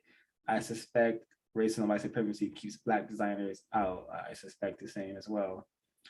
And the final comment is ethnic clothing, it's non-white clothing, I suspect, is distracting to white people and could signal to other non-white people a growth in consciousness, rejection of expectations, and reduction in fear, all of which scare white people. Makes a lot of sense. Makes a lot of sense, which is why you will probably not see any Black people wearing so-called traditional African non-white clothing in the workplace. It's just too so-called taboo. It will just get white people nervous. And white people get nervous when they see Black people not that much assimilated into their system with their clothing. So it makes a lot of sense. You know, I'm pretty sure just the sight of a black male such as myself with locks in their hair and facial hair is already intimidating. So very, very accurate, I suspect. Any more comments from the panel? When I think of white collar crime, I think of white men, but let's not forget white women. Let's not forget their wives. Do you do not think that they are part or that they're ignorant to what their husbands, their white husbands are doing? No, I don't think so. And also how when they do the so-called perp walk, how they're allowed to cover their head or to cover the handcuffs, be handcuffed in front of them, you know, in front instead of behind their backs, have a jacket or something thrown over the handcuffs. And also how they're able to benefit, which was mentioned earlier, but how when they commit a crime, and if they do a little time, if they go to greater confinement, they are allowed to come out and still make money. Sometimes they're still able to make money while they're in jail. And oh, there's a movie called Catch Me If You Can by with Tom Hanks. That story was also about a white man who counterfeit money, and later on he went to jail for a little while, but later on he was able to work with the FBI, the government, or something of that nature. I mute my mic. Yeah, and Martha Stewart, you know, went to jail for so-called white collar criminal activity, and you know, got out of jail. She's doing fine, hanging out with Snoop Dogg, probably smoking weed with Snoop Dogg. You know, so yeah, that is correct. And oftentimes these white criminals are given the luxury and have the power to, you know, just wear their suits inside you know, the court proceedings and whatnot, to not be viewed as a criminal. But that's super rare for Black people, non-white people, to have that same that luxury. We are often just, you know, go to the court proceedings with the yellow orange jumpsuit or whatever, and that already from the jury perspective, it seems to already view them as guilty. So yeah, this very, very evident in the imbalance of power, meaning white people have all the power and Black people have none of it. So it makes sense when you what Helen B said, when you see white people who are being charged with something or are being taken into the custody. I always thought that too. Like, why? How come the handcuffs are in the front? You know, Dylan Roof, they gave him a bulletproof vest. You know, took him to Burger King. So it's just really telling of the kind of world we're living in, and Black people should just we should be out of the limits. We should be willing to do what needs to be done to solve this problem ASAP. Any more comments from folks?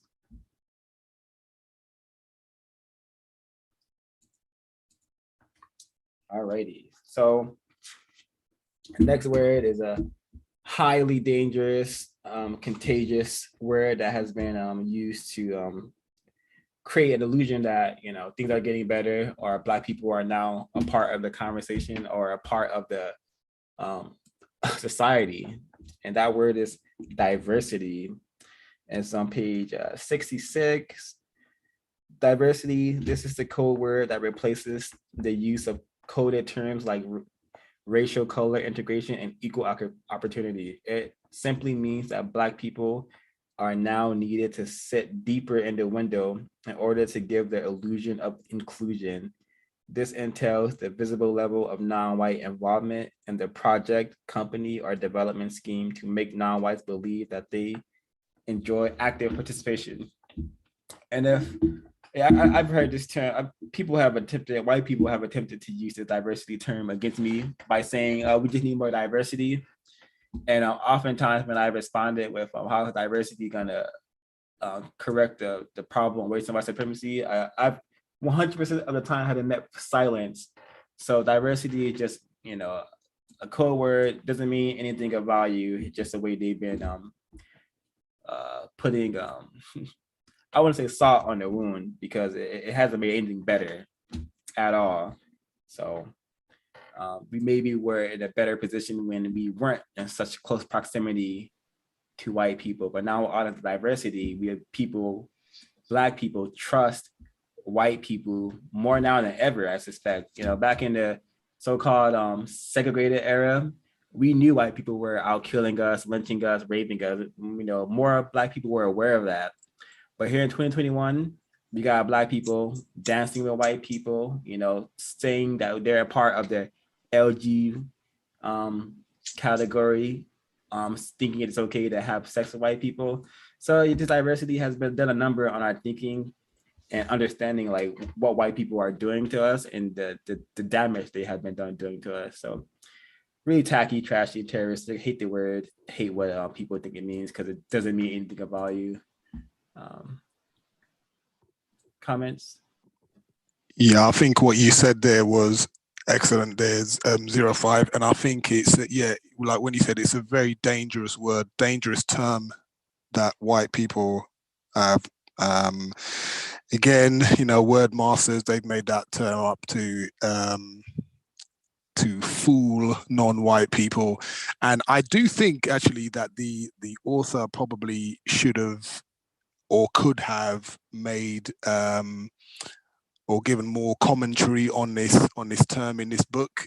There's a very, very short paragraph, and I think he probably could have delved into that word a little more because it's a word that I think has really, really confused a lot of non-white people who are victims of white supremacy, and even the line that he had here where it said in that paragraph where he said it simply means that Black people are now needed to sit deeper in the window in order to give them the illusion of inclusion. Now, I think they do that. I think it's done for the illusion. Yeah, I think it's done to give Black people the illusion of power, not the illusion of inclusion. I think it's done to give non-white people, especially Black people, the illusion of power. And putting Black people up front or giving them like token positions is done to fool Black people into thinking that we have some sort of power in a racist system that is close or equivalent to white people, which obviously we don't. So I think maybe the author probably could have maybe spent a little longer in going into the word diversity and why it's so dangerous.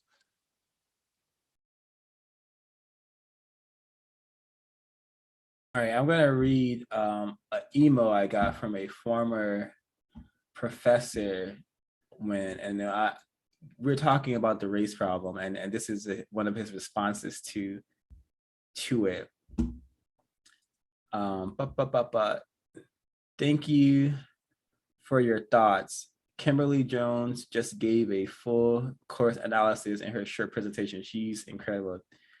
The Jane, okay, blah, blah, blah. To tell the truth, any teacher who conducted an exercise like that on the UC campus would be subject to discipline and without tenure and would be fired. He's referring to Jane Elliott's experiments.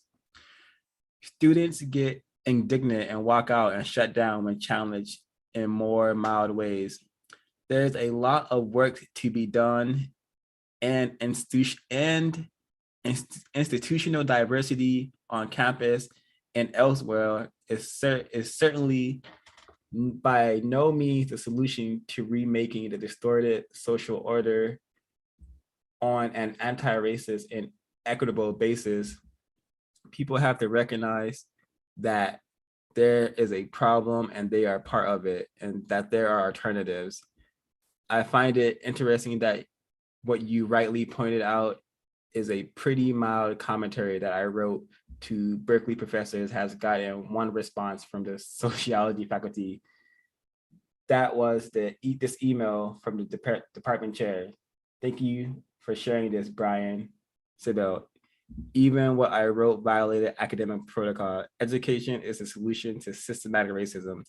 Changing basic assumptions and definitions of reality to recognize the distortions and oppression that exist. But the university may not be the place where that education will be allowed to happen. Dang. And then Let me see. All right. Yeah, that wasn't the precise email where he goes on about diversity, but still, I think it's constructive information. He offered us some honesty. The university may not be the place where that education will be allowed to happen, which is very telling. But to get back on track, any more comments on diversity? I see Ray may have something to share. Yes, I just wanted to point out the confusion in the word diversity. The quality, state, fact, or instance of being diverse, difference. Second definition, variety. Okay, now below that, you have a word called divert, which means to turn a person or thing aside from a course, direction, etc., into another, to deflect, to distract the attention of, to amuse, entertain. And then at the end of that definition, it says, see diverse. So diversity may mean include to confuse.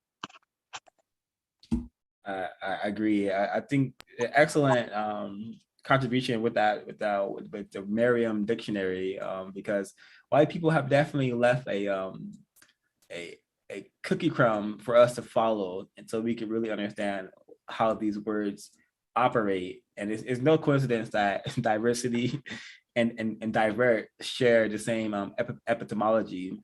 So really telling. And diversity has been used to divert our attention away from solving the race problem. So very telling. So just anyone go ahead, sir. I have a few things I want to say about diversity. I think what Ray just shared was really interesting. So I don't think I've ever benefited from diversity. I think it's more of a performative, symbolic way to refine racism, white supremacy, because it does create confusion and it gives the false pretense of having imaginary opportunities, and also, creates more conflict between Black people and white people. For example, I remember when I was working in corporate, and I told my manager, who was a white female, that I had got accepted into a particular university, and their response was, "Oh, I applied to that school, but I didn't get in because of diversity. I'm pretty sure some Black girl took my spot." Word for word, that's what you said. So that's really, just interesting. That's how white people think. Wow, really telling. Thanks for sharing, Sid. And from the chat, diversity this is from Still Learning. Diversity equals tolerating the presence of non-white people in traditional white spaces. Dangerous presumptions associated with the word by people hoping to be included and loved. Very accurate. Let's just stay away from the term and question those who say they're attempting to diversify or include more non-white people in whatever they're doing. Always good to ask questions. So this next word is a very famous concept, very famous in the thought, speech, and behavior of white people, and it's them/those people. It's on page 66, and it's super short, so I'm going to read it and see if folks have some notes that they wrote about it.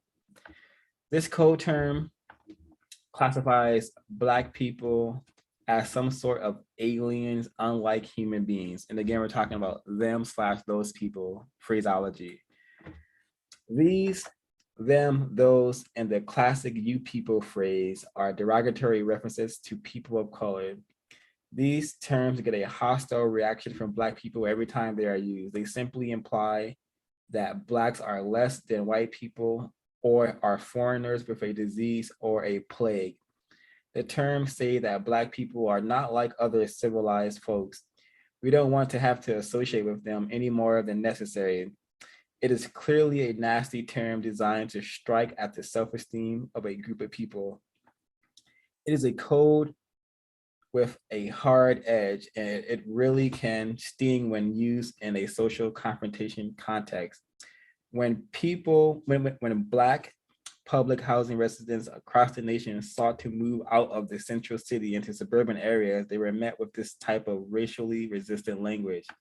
The statements range from, "We don't want those people," and "these children have special needs," as if all children don't have special needs, to "crime is coming into the area." And I'm just gonna say that there's a recent show created by a heavily confused victim of racism. I think the show is called Them. And that show definitely paints Black people as aliens, unlike human beings. Because in that show, you just have Black people, I guess, being terrorized by white people throughout the show. And for the Black female to name the show Them is very, very telling as to where her thinking is about this problem. And yeah, there's a famous clip when, like, a white person says "you people," and then a Black person responds, "What do you mean you people?" If the white person were to be honest to that question, they would say niggers are non-white people, are victims of racism. That's what they mean when they say "you people" or "them people." They just mean victims of racism, non-white people who have been put in a subhuman position along with white people, and who have historically, traditionally, currently are treated like animals. No, worse than animals, because PETA is an organization that serves to protect animals. So we are treated worse than animals. We are treated like creatures that need to be destroyed. Again, one of the infinite reasons we should be motivated to solve this problem. And it's just it could be as simple as no longer name calling, no longer believing that white people are your friends. It can start that simple. Thoughts, comments from the panel?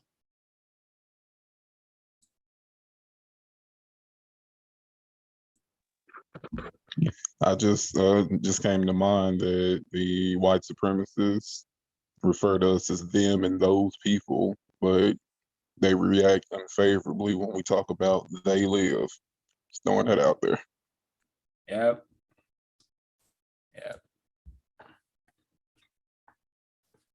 Yeah. I've always understood that they and those people and always meant Black. There goes the whole neighborhood type situation. 05 mentioned the show.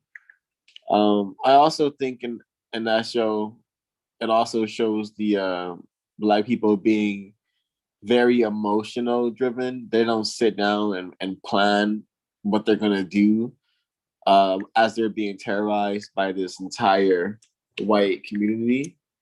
They don't come up with plans. They do very emotional things, and the trauma really distorts their reality even further. So definitely do not recommend watching it. I couldn't even finish it because it was just, to me, trauma porn. Every episode, Black people being terrorized and not making constructive decisions afterwards to stop the terrorization from happening. Yeah, it sounds about right. That goes to show how combining sexual confusion with Area 3 will have Black people be not producing, but they will be the face of the show. But the people who have allowed the show to exist are white people, and they love content involving Black suffering and Black misery. So I'm sure the show is very, very popular amongst white people, and of course amongst very, very confused Black people who think that the show is I don't know, constructive, which is most certainly isn't.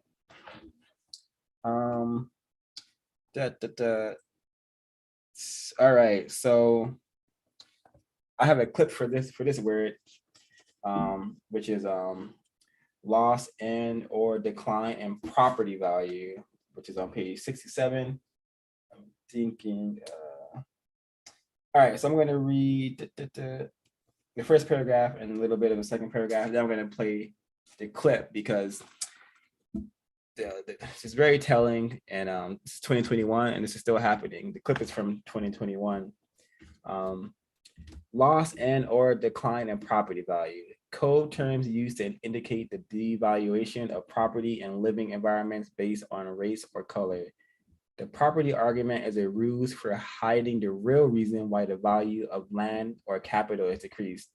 When Black people move into or live in an area, it says that if Black people move into an area, the property values will automatically or eventually depreciate. It does not matter if the income of the Black people in the neighborhood is the same or higher than the whites, and the houses are kept up in a race-based social order.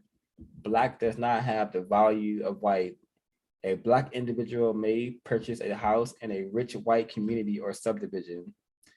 The value of the property stays high so long as the community remains white. If it changes to all Black, the value of the property in all likelihood will depreciate or not increase in value at the same rate. The occupant is Black, and therefore it changes the value because in general, Blacks are less valuable than white. Value is based on race and color. A white neighborhood will have or retain more of its value than an all Black neighborhood. And I'm skipping a little bit. When white people leave in great numbers, the area declines in value. When they move into a new area, that location, the land, houses, and community appreciates in value. The word value means white. And I'm gonna get that clip on the screen so we can show exactly what this looks like. Let's see which one. Yes.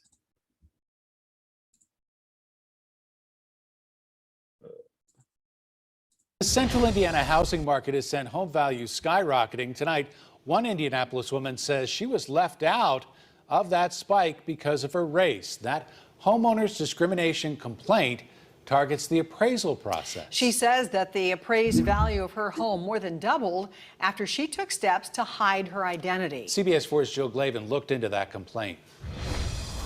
You just feel so helpless in the whole thing. Carlette Duffy wanted to refinance her home in this neighborhood just outside of downtown Indianapolis, but two separate appraisals valued the house at the same or less than what she paid in 2017.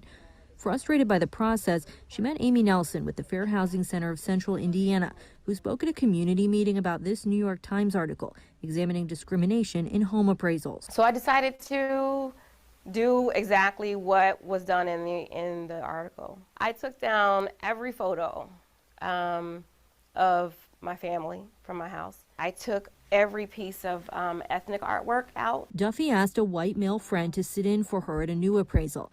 It came back at double the first two, valuing her home more than $100,000 higher. I was so angry that I had to go through all of that. Just to be treated fairly, I had to go through all of that. It was pretty staggering. Nelson and Duffy recently filed two housing discrimination complaints, asking the U.S. Department of Housing and Urban Development to investigate the difference in the appraisals. Nelson believes bias played a role and points to the neighborhood comparisons that were used to determine the home's value. And whether or not those comps were fairly selected is something that is the basis of the complaints that we have filed. Duffy hopes that her case could serve as a catalyst to ensure the process is fair for everyone, no matter their background. I'm doing this for my daughter, and I'm doing this for my granddaughter.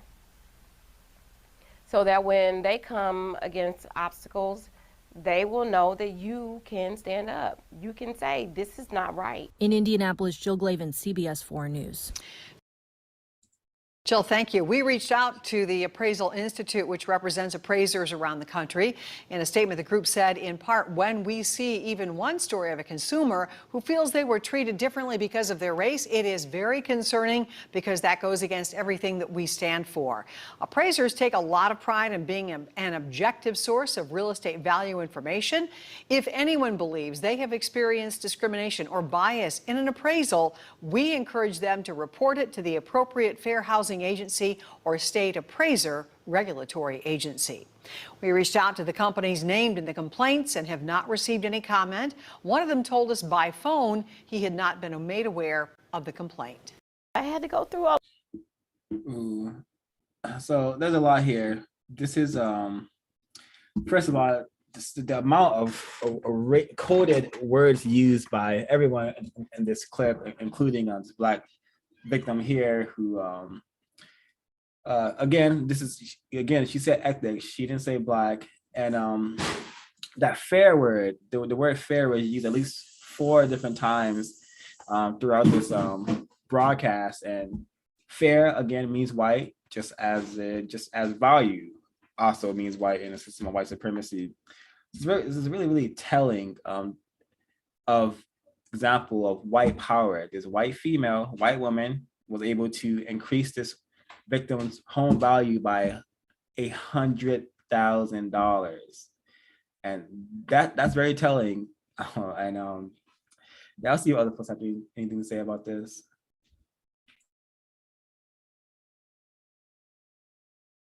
To be expected, this just reminds me of redlining and the creation of Black neighborhoods or Black communities, which to me are just nothing more than low economic areas that have highly controlled instances of being hyper violent and having drugs around and just having incorrect behaviors and having all the Black people struggling, all the non-Black people struggling, and just being a very, very not a good place to live.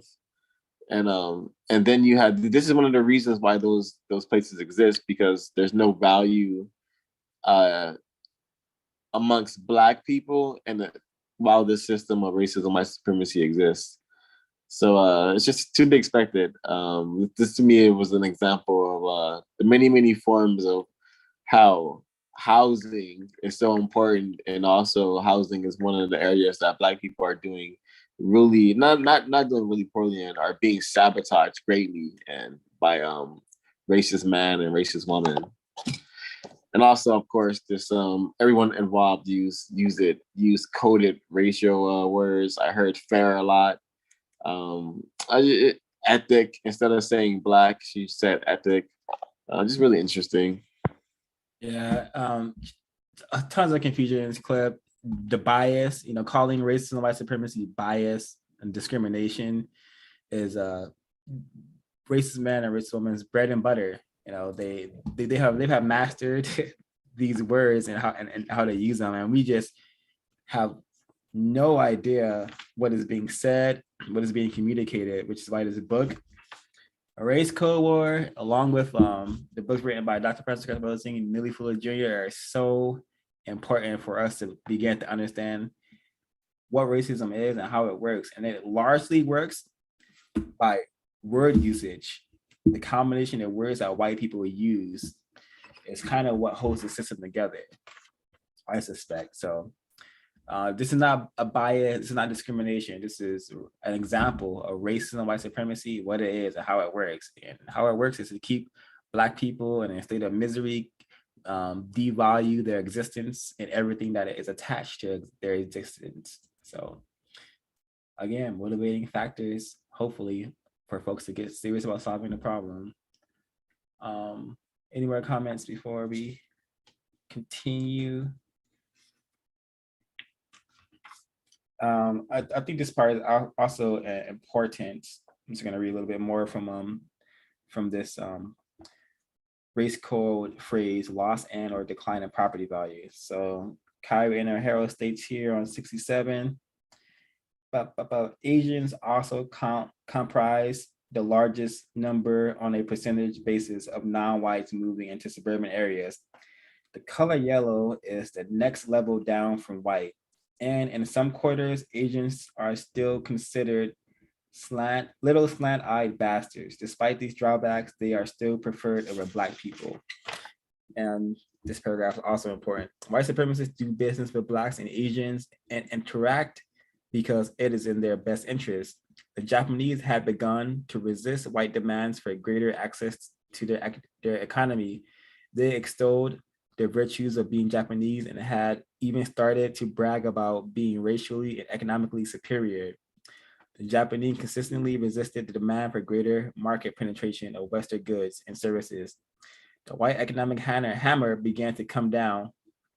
Talk of curbing imports and increasing tariffs and even subtle hints of military action reduced resistance. The Japanese, even though very stubborn, had no choice but to open up their markets to greater white penetration. The once stable Japanese market began to falter along with the rest of Oriental Asia and Brown Asia. As their economies reemerged, the dialogue about racial superiority that was once so prevalent is totally absent. And the final summation, it does not matter how many cars yellow people produce, if they do not have the white seal of approval, nothing can be produced or sold in any white nation. If they were to proceed without white approval, they would be portrayed once again as the yellow peril. This same justification was used very effectively in the 1940s when military force was employed to destroy the economic capacity. Under the system of global domination, white supremacists determine what is valuable and what is not valuable. The true meaning of power is the ability to set standards and rules that the rest of the world must follow. No coincidence that the Japanese and the area of the world known as Japan was nuked twice. No coincidence that they're not allowed to have a military force, but only a self-defense force. It's not coincidence, but the results of being dominated in a system of white supremacy. Comments from the panel?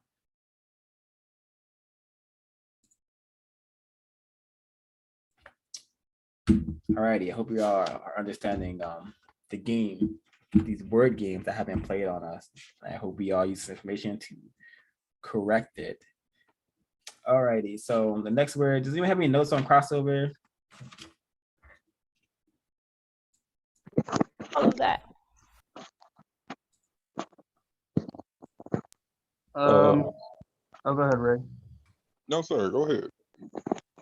I was just gonna say crossover.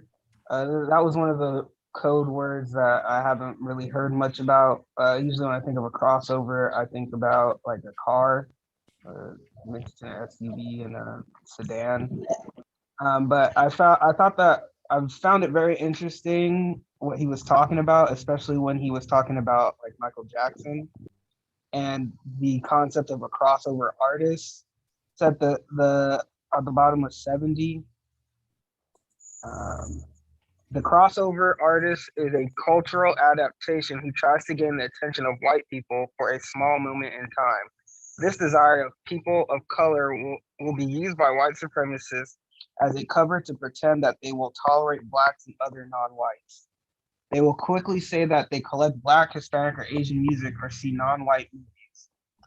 This little maneuver is effective in opening up mental and emotional doors for social, political, economic, and racial manipulation. So the crossover artist, I thought that was interesting just because it seems like it kind of makes me think like, is hip hop just like a crossover type like genre of music? Because I see a lot of these crossover artists, I guess. Well, let me back up on that. Because when he's talking about Michael Jackson as a crossover artist, like I can see the distinction, like Michael Jackson being the kind of music that he made. So I understand a crossover artist in that sense, but I think I suspect that these crossover artists still exist, and I think they are largely in hip hop. I think that they make it. They're the kind of like people who make it like so white people can say the N word. Like that's kind of what I imagine a crossover artist as. And then and then lastly, just at the bottom of 71, a white supremacist will listen to black music, watch black people play sports, and even root hard for them to win. Yet he will go right out and implement policies and programs that impact adversely on the growth and development of black people. The term crossover acts in the same way. So even though we have these, some confused victims might call them okay, like good white people, they will, celebrate, make all this noise with non-white people, and then go right back and implement these policies and programs that destroy black people as a collective. So those are my comments on crossovers. That reminds me of the movie The Five Heartbeats. Leon's character said that the crossover is nothing but a double cross. And Quaker, you spoke about Michael Jackson. Towards the end of his existence, he was definitely double crossed, even though he may have been considered a crossover artist. And the last paragraph that you read on 71, a white supremacist will listen to black music, watch black people play sports, and even root hard for them to win. I'm quite sure that Julius Caesar cheered hard for his African black slaves in the Colosseum and then implemented policies to expand the system of white supremacy. Yep, all very accurate. And I truly appreciate this Kyrie and her understanding of like what this term has been used for. And I'm just gonna read a bit. And on the screen you can see this movie that will be discussed during the passage read. Page 69. The crossover tag eased the restrictions on Black and white social interactions. It allowed white people to feel even more superior because Black people were once again begging for entry into their world. They wanted to blend in and, if possible, become invisible. One of the biggest examples in the early stages of crossover was the big splash about the relationship between the white actress Raquel Welch and the legendary Black NFL professional football player Jim Brown and the 1976 motion picture Long Rifles. Even the title of the movie was a racial and sexual code term for the power of the long Black penis. It also connoted that Black men had larger sexual organs. A rifle is long. The color is usually black or dark, and it shoots explosive sperm or firepower. The film played heavily on a social taboo of Black men fornicating with beautiful white females on the big screen. Jim Brown played the hero who got the white woman, even though she died in the end. To placate the white audience, she had to be killed. Big black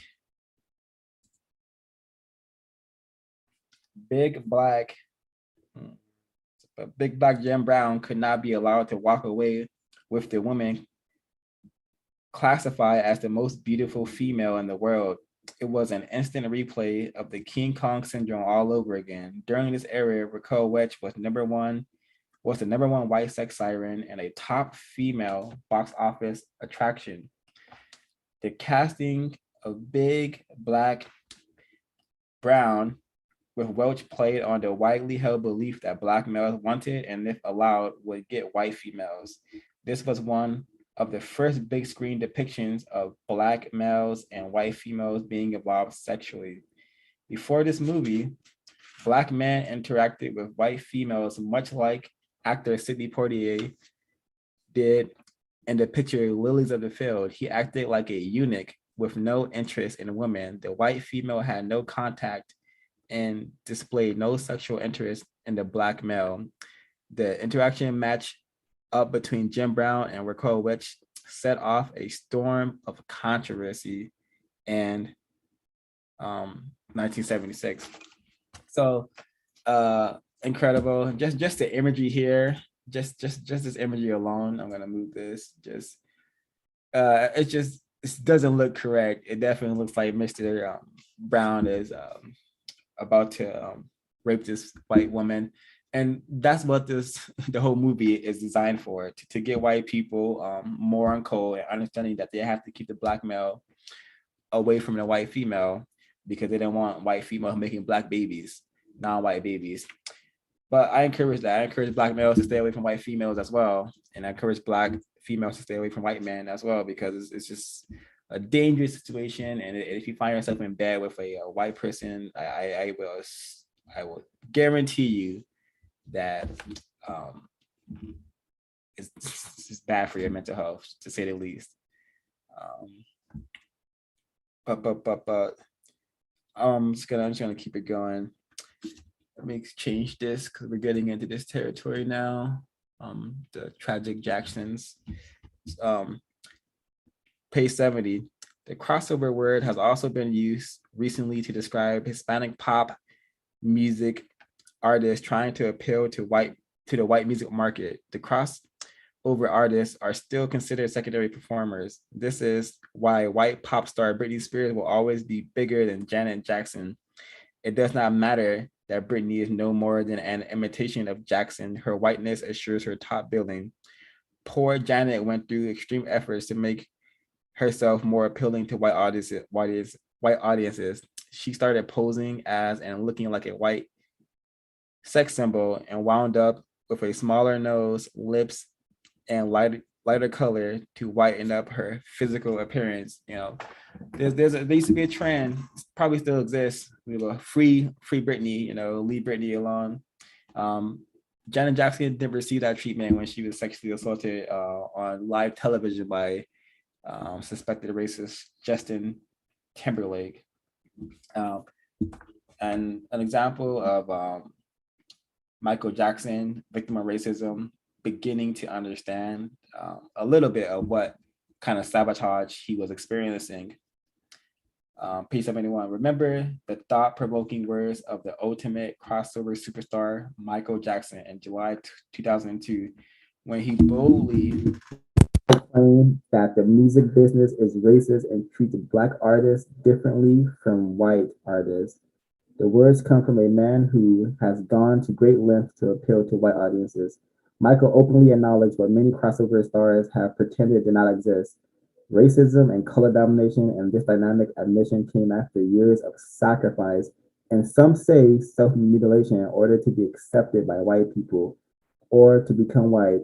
What he discovered was that in spite of his efforts to please and join in, he is hated and rejected more now than ever before.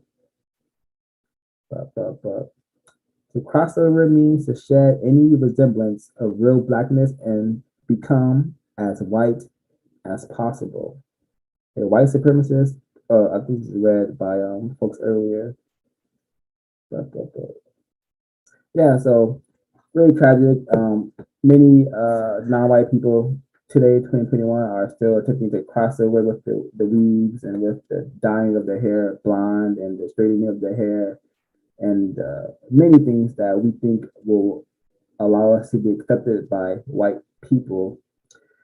But there's really no way to be accepted by the enemy. The enemy has classified us.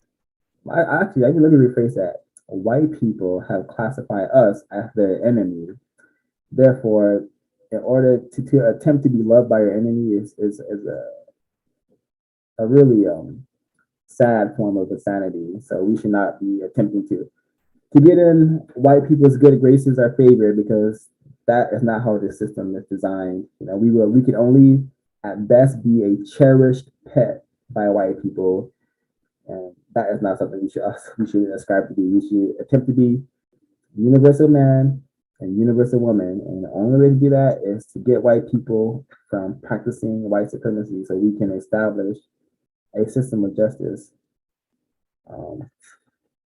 Yeah, and I like here on the 72, he has words, decoded meanings, and rap music equals tough black youth, funk music equals deep beat black music / jungle music, reggae music equals blacks in the Caribbean / drug music, rock/acid music equals hardcore white youth, and rock music equals disenchanted white youth. He has a number of other decoded meanings on this page, but that's all I'll be reading.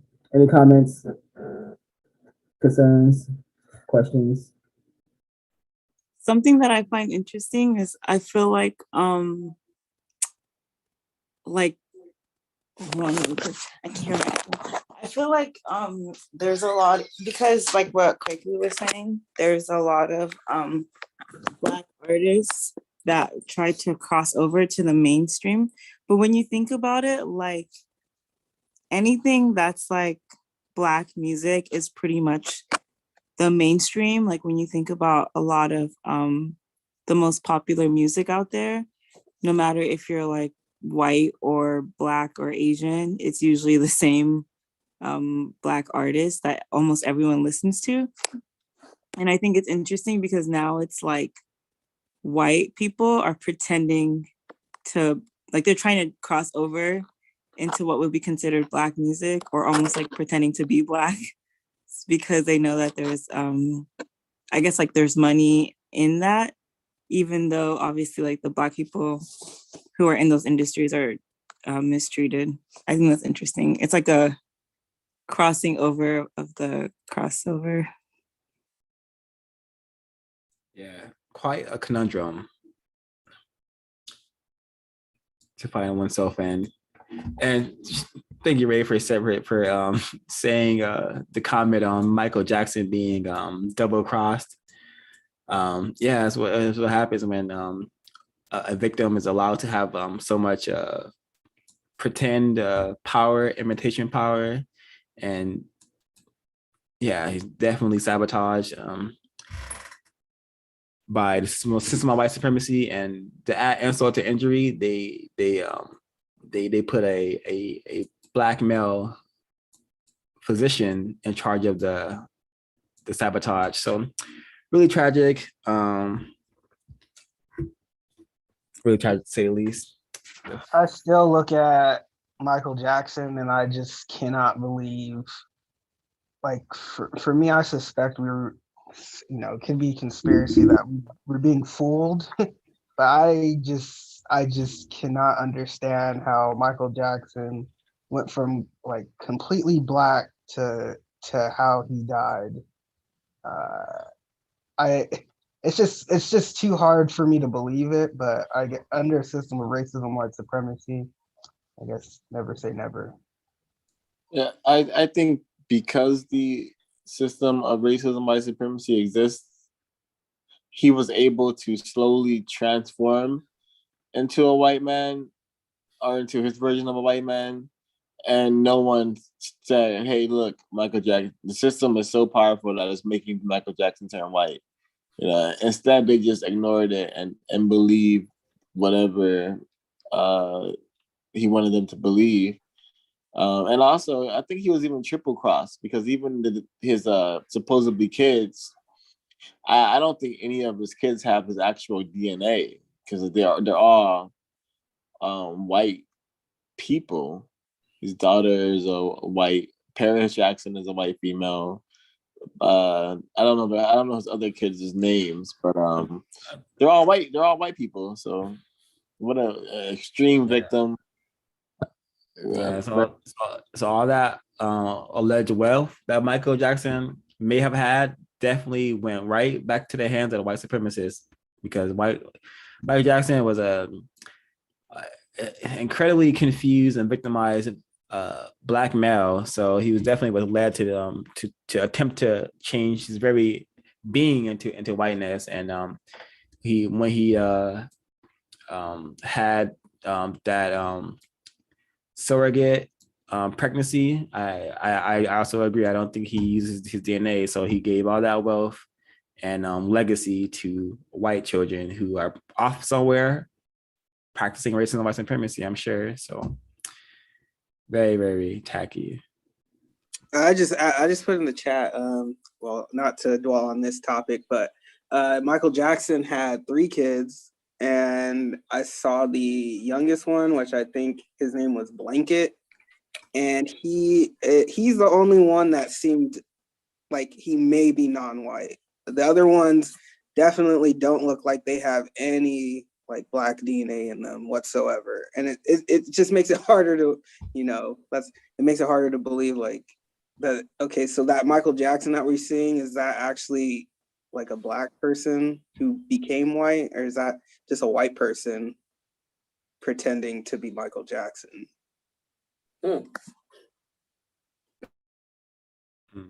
I think the images that this is an image of a victim of racism who has been led to do deranged things to himself in order to be his version of a white person, like what Sir said earlier. But anything is possible in the system of white supremacy. So who knows? But I believe what I just stated to be accurate. So let me go ahead. I was just gonna say, agree. Definitely some type of self-mutilation, for sure.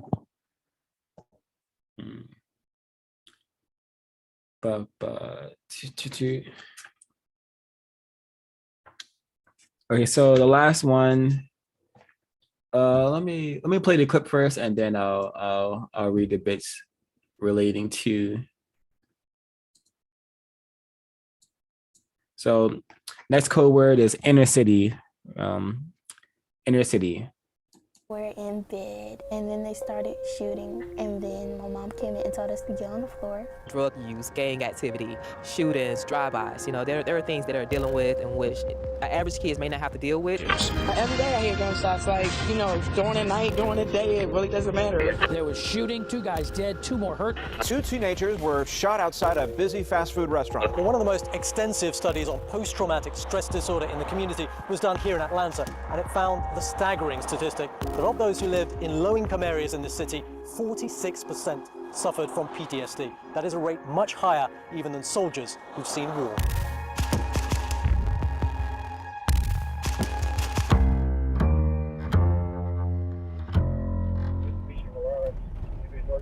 Spend time in some inner cities and you can understand why, to children in particular, it can sometimes feel like a war zone. War to them may be a local drive-by between gang rivals, War to them may be walking down the street on a needle or seeing someone, using drugs. That is war. And these kids see this on a daily basis, so they may think it's normal when, we know it's not. When you look at how the rest of the developed world fares when it comes to gun murders as compared to the US, I think we've seen enough to get the picture of what the white racist man and racist woman have painted and have created for us. So let's see. Here's some words from Mr. Kyrie and Harrow. This one from page 73. About the term inner city. The term was designed by a white sociologist and literally regurgitated by Black academians in the late 60s as an alternative term to the word ghetto. The term inner city has been visually associated with broken down homes, rodents, and crime. It has the image of drug busts featuring gold-toothed, baggy pants, gangbang Negro males lying on the ground under heavily armed white police control. In the 1970s, the inner city term gained wide acceptance and surpassed the horrible images associated with the word ghetto. It conjures up images of wild, half-crazed, drug-dealing, and crime-oriented Black youth. The term has very little to do with geographical location. If it were simply a matter of geography, there would be equal references to the outer city, upper city, and lower city. It is clear that an inner city has a wholly different meaning. The meaning is racial. The term inner city appeared to be less threatening in the early 70s. Inner city became an acceptable term as used by Marvin Gaye in his super classic What's Going On album. And inner city was an expression of oppression, and it was a call to rally against tyrannical forces. In the late 1980s, the inner city label became a euphemism for Black thugs, hoods, and criminals. It blamed Blacks for their social problems and it shifted the focus away from white supremacy. Very, very important, because once upon a time, Black people understood inner city as being the result of racism and white supremacy, but then they changed it, and they changed the meaning of it, and they changed the way Black people were thinking about it through, I suspect, victimization and spreading confusion, to where we talk about inner city now, 2021. We'll talk about the inner city. Where people will attempt to do work in the inner city, trying to correct the problems there, all without ever mentioning or understanding that the inner city is such a state because of racism, white supremacy. And that's tragic. As a person who grew up in the so-called inner cities, concentration camp, I would prefer to call it a death camp, known as South Central LA. It is very, very traumatic, to say the least. Let me read some more from page 73. These areas. Oh, yeah, this is actually, yeah, I'm going to keep reading because I think that all of this is really important information. The inner city term is now taking on a new context as some white people, mostly white homosexuals and middle-aged whites with money, desire to relocate back into these communities. They are tired of driving 10 to 80 miles a day.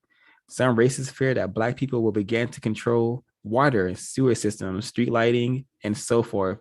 They do not want central power in the hands of Black people. The code for taking back the city is wrapped up in a language of revitalization. These areas are attractive again. They are now coded by phrases like the neglected and underserved market.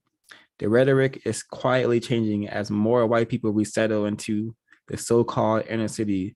It will become known as the central city, the new urbanism, or some other fancy sounding code term to indicate that the new pioneer has arrived, resettled the area, and run the savages out. This is exactly what gentrification is. And that's exactly what gentrification looks like. I knew the moment I saw a white family running through my death camp that things were bad. And it only got worse because in the area of the world where I used to dwell, we had this mall called the Crenshaw Mall. And once upon a time, it was, it was Black. It had affordable things for Black people. Now it has a bunch of bequeaths, bouquets, or whatever they're called. And it's just seems to be geared towards people who have money, and Black people don't have money in that area. So, and the mall was also recently lost to white people.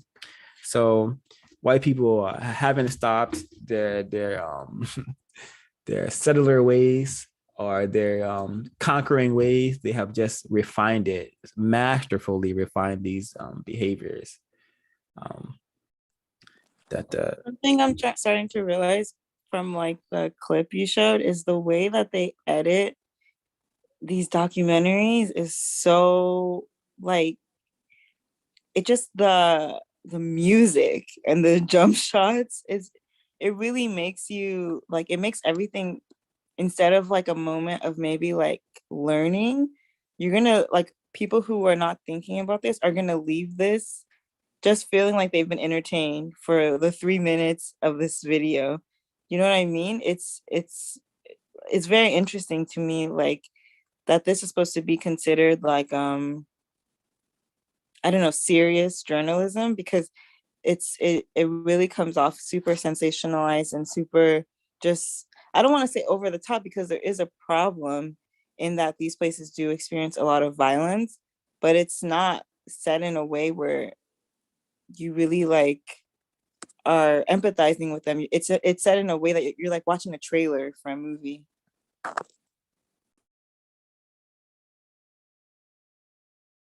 Agreed. Black suffering, Black trauma is often sensationalized in the system because that energy is what white people feed off of. Go ahead. I thought the same thing, especially the music. I was like, so this is supposed to be about the horrible not lifestyle, the horrible life existence of Black people and in the inner city, and they're playing rap music over a Black child talking about hearing drive-bys every day. So it was very I saw some contrast racism. I don't think rap music should be played and a video where Black children are talking about having PTSD and witnessing murders. It was a very, very just another piece of racist propaganda that white people can use to justify why they need to exploit and gentrify areas known as, places that like O5 mentioned, like, South Central Los Angeles, Compton, wherever they're planning to take over next. Mr. Ray? Yes, sir. I just wanted to read another definition, actually two. Number one, inner city, the sections of a large city in or near its center, especially when crowded or blighted. Blighted, anything that destroys, prevents growth, or causes devaluation. A person or thing that withers someone's hopes or ambitions.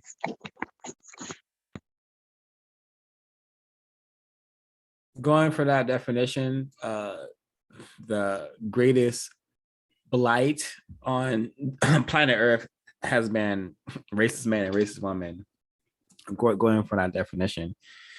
And Kyrie and Harold, he gives another excellent example of just where Black people are, things automatically will become lesser in value. And this one, he's using the term decay. When Black people enter an area, the environment starts to decay. So he mentions, and I think this is a area of the world known as Columbus City, Ohio.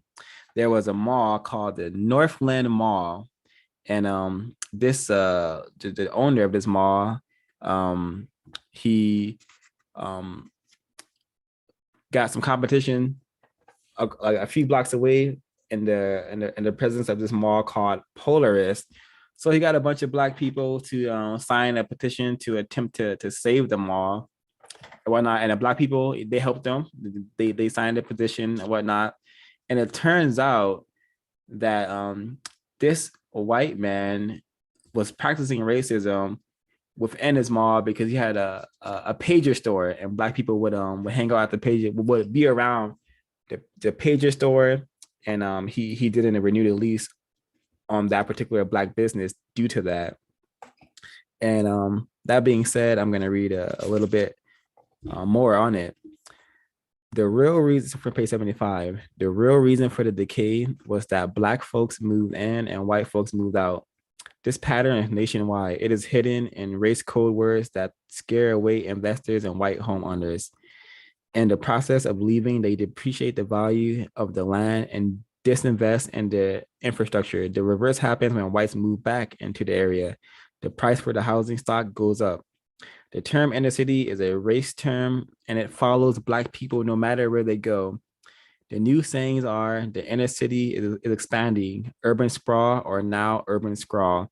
Decoded, it means that the niggers are coming to the suburbs and bringing decay. It is part of the new urban woefulness language. The whole sprawl issue is wrapped around the question of color. For years, white people have run from Black people. They move quickly if the area appears to attract large numbers of Black people. Code words such as lowering academic standards and lowering property values are used to justify relocation. This is not about physical development. Expansion has been occurring for years, with white people moving and building new communities. This is about who is coming to the suburbs, or guess who's coming to dinner, or there goes the neighborhood, or not in my backyard. NIBI. The newest migration pattern features public housing residents, tax credit housing, and other poor Black people leaving the inner city for the promised land of the suburbs. This has created a hell on wheels for whites because they thought they had moved out of the reach of Black people. The following are selected examples of racial code words for the movement of Black people into previously white communities. So there's a bunch here. I'm just going to read a few. Far-flung suburbs, we covered that in one of the earlier broadcasts. There goes the neighborhood. Sarah mentioned this earlier.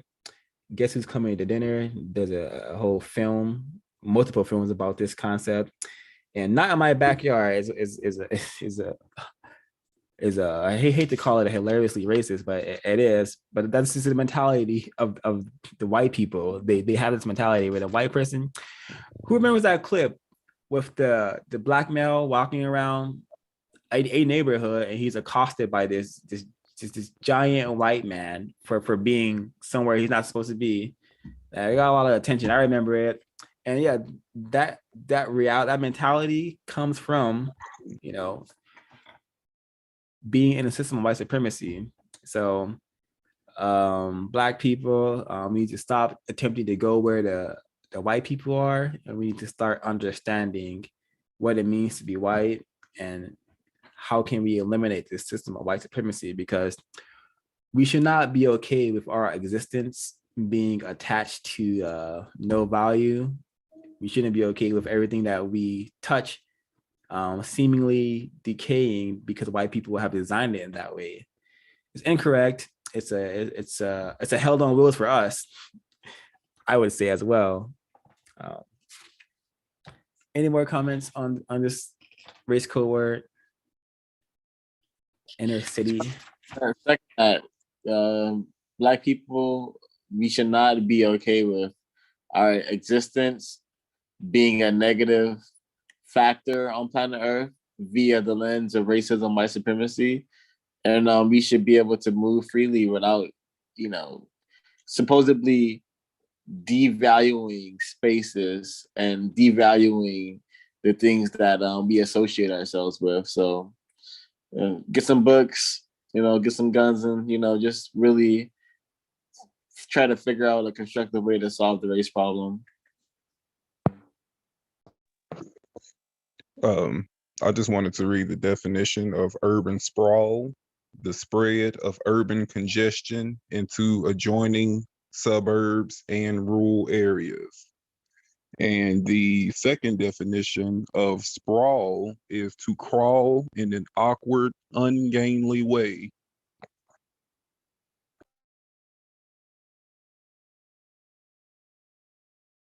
Interesting. Sorry about the audio issues. My mic came unplugged earlier. I'm gonna read some things from the chat. This is from Drink Water, the beginning of the Chirac narrative, and that in itself is very telling. Chicago, Iraq, and combining the two into the Chirac concept, because the area of the death camp known as Chicago is plagued with death and violence as a result of the system of white supremacy and the very, very direct and indirect actions of white people. This is why this concept Chirac exists. So yeah, that's also a refinement of this inner city vernacular. So thanks for that, Drink Water. Every time we call out racism, they say black on black crime in Chicago, aka yep. I've had tons of back and forth with white people using that, using white data, white numbers, and white statistics to practice racism against me in that manner. But if you understand the system, you understand how white people are just masters of deception, then we can save a lot of time and energy with our interactions with them. But they leave out the fact that people commit violent crimes amongst those who they're around the most, meaning people in their own group. And those white people, and all white people, should really feel a sense of relief that Black people have not decided to get justice in that way, because we're definitely due. What's interesting too is like that doesn't refute that we live in a racist society. If anything, that explains that we live in a racist society, because Black people are being mistreated by white people, and yet they're hurting other Black people. So it just shows you like the state that Black people are in because of the system. It doesn't make sense to say Black people hurt other Black people, so racism doesn't exist. Yeah. It's like, wouldn't you retaliate? You know what I mean? Like, I think that's Well, yeah, I understand the racist logic as the niggers are killing each other, so why can't we do it? You know, you guys are mistreating each other, so why can't we mistreat you or continue mistreating you? But yeah, I understand what you're saying. You know, and from the counter racist perspective, of course, it's evident that, you know, black people killing black people is the result of the system of white supremacy. But most people, white and black, have been trained in racist logic. So that's why statistics work. That's why racist science works, and because this is what we have been trained to compute. You know, we can be told a whole bunch of stuff like this person is now they them, and this person is now a trans person. And we could be all these concepts compute in our minds because that's how we've been trained. But you start saying white people are suspected racists. We live in a global system of white supremacy. Black people start saying, "Well, wait, what do you mean?" White people start saying, "Huh?" Yeah, because they have been trained against logic, against reality. So that's my understanding of why this happens. I'm pretty sure I'm like at least 98% correct. Any more comments before I share my final notes regarding the final word from this section?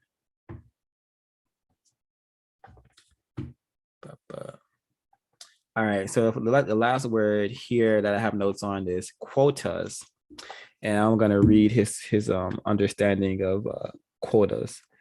The term quota is code for giving Black special treatment. This word has become the lightning rod in the white conservative attack against affirmative action. The word quota, when decoded, means a nigger getting something for free at the expense of white people. This word, along with the concept of affirmative action, stirred up the notion that every white deal had to include a Black individual or business. This would have destroyed the tight network of white supremacy, the so-called good old boys network. This word was attacked furiously in the courts, media, and political circles. The system of quotas has always been used in the white world to keep Blacks and other non-whites at bay. As long as this was the practice, the word quota never evoked any particular reverence and had a racial connotation attached to it. To a white supremacist, this word says that the old boy or old girl network will be broken up and or confused if this were to happen, and white domination will suffer a severe blow. I understand quotas now more constructively, and also this goes to allow me to understand quotas in regards to the race soldiers. You know, they have quotas. You know, they have to, like, you know, give out a certain amount of tickets, make a certain amount of arrests, and the targets of meeting these quotas, I'm 100% sure, is often Black people and non-white people. Many places have to meet quotas and whatnot, but also parking enforcers also have to meet quotas, and they often target Black people to meet these quotas. So that's also a way to understand these quotas. And often, I think quotas happen at the end of the month, which is why Black people are often ticketed more. We can receive a lot of tickets towards the end of the month because race soldiers are often trying to meet their quotas, and it's much easier to ticket a Black male, Black female, because one, they don't understand the law, they don't understand that they're a target of a global system of white supremacy. So it's easy to write them tickets for nonsense, or just to trick them, deceive them, and to get doing something that will get them a ticket or get them arrested or something like that, versus a white person who is often pretty well understood on how they should be treated. But because Black people don't understand the system of white supremacy that as thoroughly as we should, you know, these quotas are often given to us, and yeah, we pay the hard consequences globally. And any comments from the panel?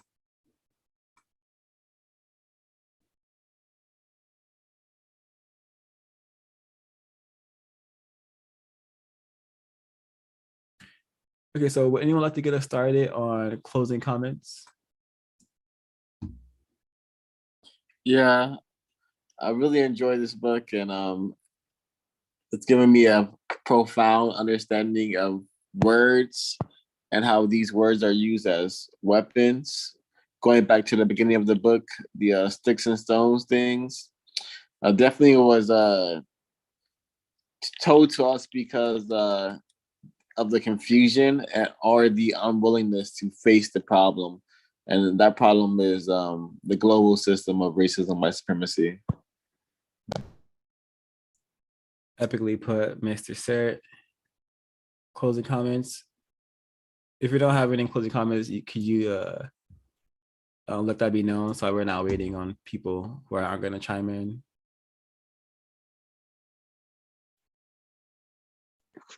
This was a very constructive business meeting. I appreciate the clarity shared with everyone and looking forward to the next meeting.